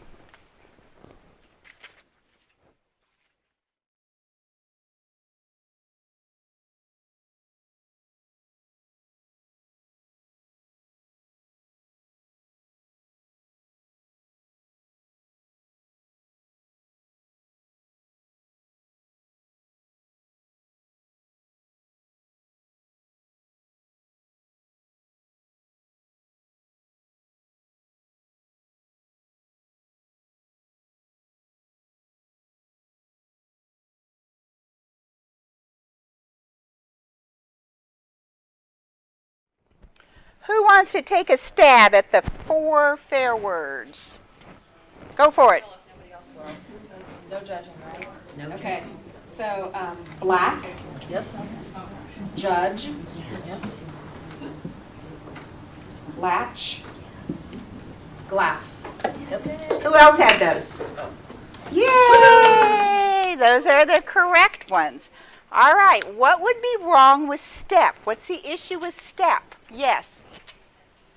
We haven't taught the ST blends. Now someone may say, well, my student knows S says and they know T says T. So they're going to know ST says T. You would be amazed at how many don't know that ST says T. It has to be directly taught. What's wrong with this one? Silent E. Silent E, long vowel. How about this one? Long vowel team, AY. And this one? Digraph. We haven't taught that digraph. What's wrong with this one? The long vowel, magic E, and this one? Long vowel team, OO for school.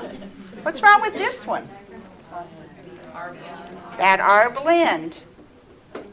And stitch, ST blend, sleek, and we have the SL blend, but long vowel team, EE. Glass is okay. What's wrong with go? Long vowel and rain.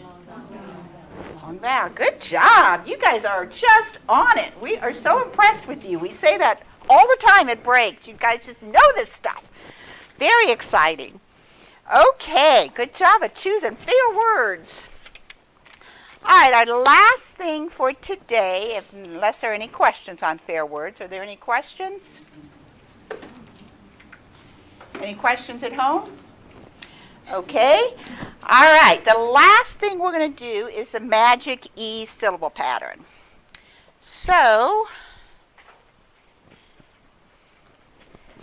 Jamie has taught you 2 syllable patterns thus far. So we have our clover, And you've learned closed and open, C for closed in Clover, O for open. Now we're going to probably pretty quickly do the magic E, because out of all of the syllable patterns, I think this is the one that pretty much everyone remembers all the way back to when we were kids. Okay, so the magic E syllable is that magic E that comes at the end, jumps back on over one letter to make a vowel say its letter name. Now I will point something out to you just for your knowledge. I would not tell students this, but sometimes in a very few words, when you have a digraph like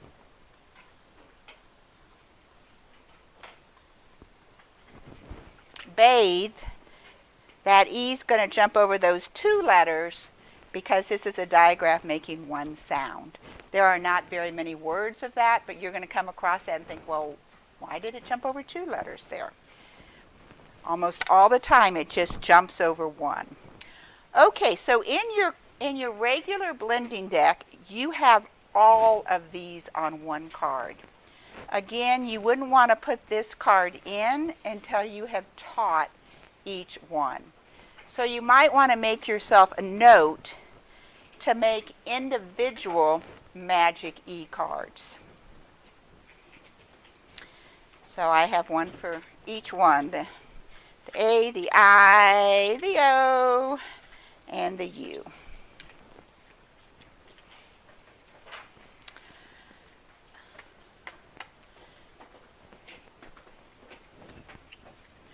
Okay, you also have a picture deck set of cards for this. And for this, it would be A, cake, A. Let's do the next one together. E, Pete, E. This is Pete the giraffe. I, slide, I. O, consonant E, sorry, bone, O. U, consonant E, cube, U. And I do want to tell you that sometimes U, consonant E, says oo, like in the word rule, rule. And it doesn't say U. When it says U, like in cube, you see your chin going down. U, cube. But when you say rule, the chin doesn't drop and your mouth kind of goes in an oo sound. Rule. Makes an oo sound. And that is simply because there are certain letters that come before U that prevent your mouth from making the U sound. It just rolls off as an oo. L is another letter. Luke, for the name Luke or lube, it says oo. Those are taught as two different sounds. U consonant E says U, and U consonant E also says oo. The only reason in the picture deck we just have cube is because this is the picture deck and we're not going to get into U consonant E saying oo until a little later. Does that make sense? Okay. Now,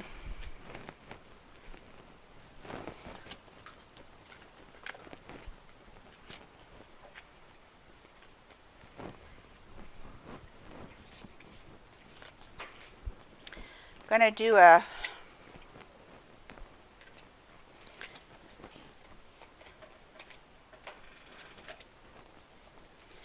real quick blending drill showing you something else here.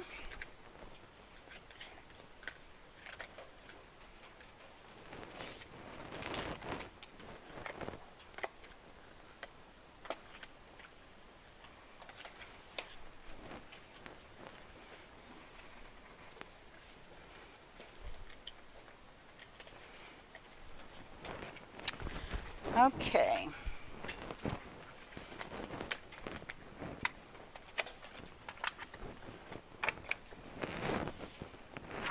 Whoop. Cards, cards, cards. All right, so Jamie showed you earlier how to flex between open and closed. But once they've learned the magic E syllable, you have a card in there that looks like this, that has the E with a line through it, that you will also pull up to flex with during the blending drill. So we're going to read whole words. What's this word, everyone? What kind of syllable? Close. Now what is it? And what kind of a syllable? Now I'm going to put this magic E at the end, and now this E is going to hop over here and make this say I, and I have? What's this one? What kind of a syllable pattern? Now what is it? What kind of a syllable pattern? Now what is it? And what kind of a syllable pattern? See how that vowel changes depending upon the syllable pattern that it is. Would you mind just reinforcing the syllable types so the people at home can hear? Yes, sure. Okay, let's try this one. We read this. I have, what kind of a syllable pattern? Magic E. Magic E syllable pattern, and it would say? Time. I cover this up. What kind of a syllable pattern? Closed. Closed, and it says? Tib. I cover that up, Time. and it's open. That's right. Okay?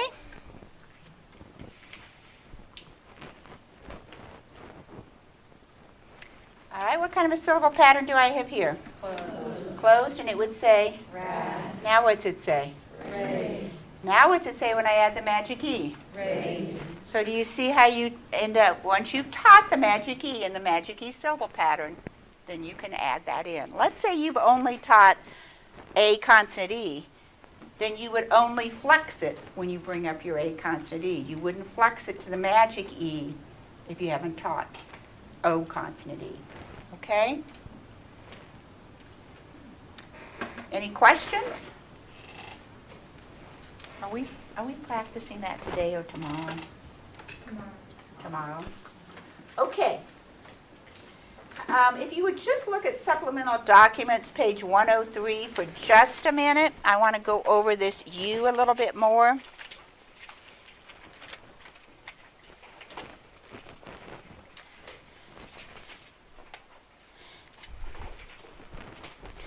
And I always tell, page 103 in the Marian cover booklet. Again, you're not going to teach U consonant E saying U and U at the same time. You're going to do U first because it says its true name in there. So we have the word cube. Cube. Look at what my chin's doing. It's going down. Cube. You can do it with yourself and feel your chin. Cute. And fuse. But then when I come down here, when I have a D before it, that D just doesn't let your mouth say da-yoon. So it rounds it and makes it go doon. And your mouth is round here. And dude. The L's another one. Fluke. The R's another one. Proon. And the T's another one. It's hard to say tayub, so it comes out as tube and tune.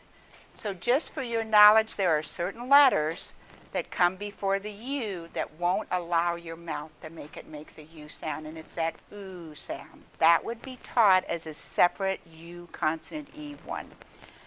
I won't go into the vowel team, and well, I can go into the open syllable. So if you have the word bugle, it says U in bew. It says U in music. And it says U in human. But if you come down here, we've got a T in front of it. We don't call it a tayuba.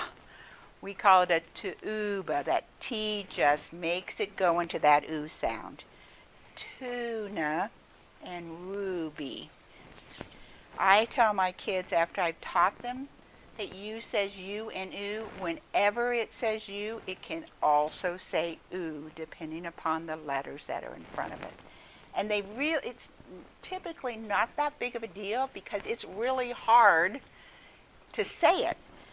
Like if we've got a dune, it's really hard to say da-yoon. I mean, it just does not roll off of our tongue that way. Okay? Any questions? Mule, would that fit with the moo or the? Mule, it goes down. Mule. When I first teach this, I literally have to have my hand under my chin and sometimes a mirror. I had to have a mirror handy to see what my mouth was doing. But we go mew and my chin drops. Mule. And I hear that U. But it is difficult.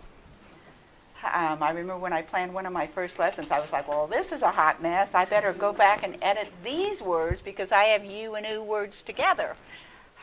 Which on the fair words, you just want to be sure you don't do those. And for me, I would sit in my office and literally do this to feel it and feel what my lips were doing because it was a hard sound for me to discern.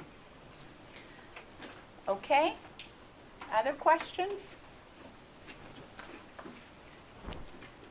Zoom questions? Everybody's OG'd out, right? That's enough for the day, everybody's saying. All right, well, we get to go home 20 minutes early. TJ will send you information tonight, your homework, as well as other information, the quiz and all that. Thank you for your great hard work today, your enthusiasm, being here, and all that good stuff. And have a great evening.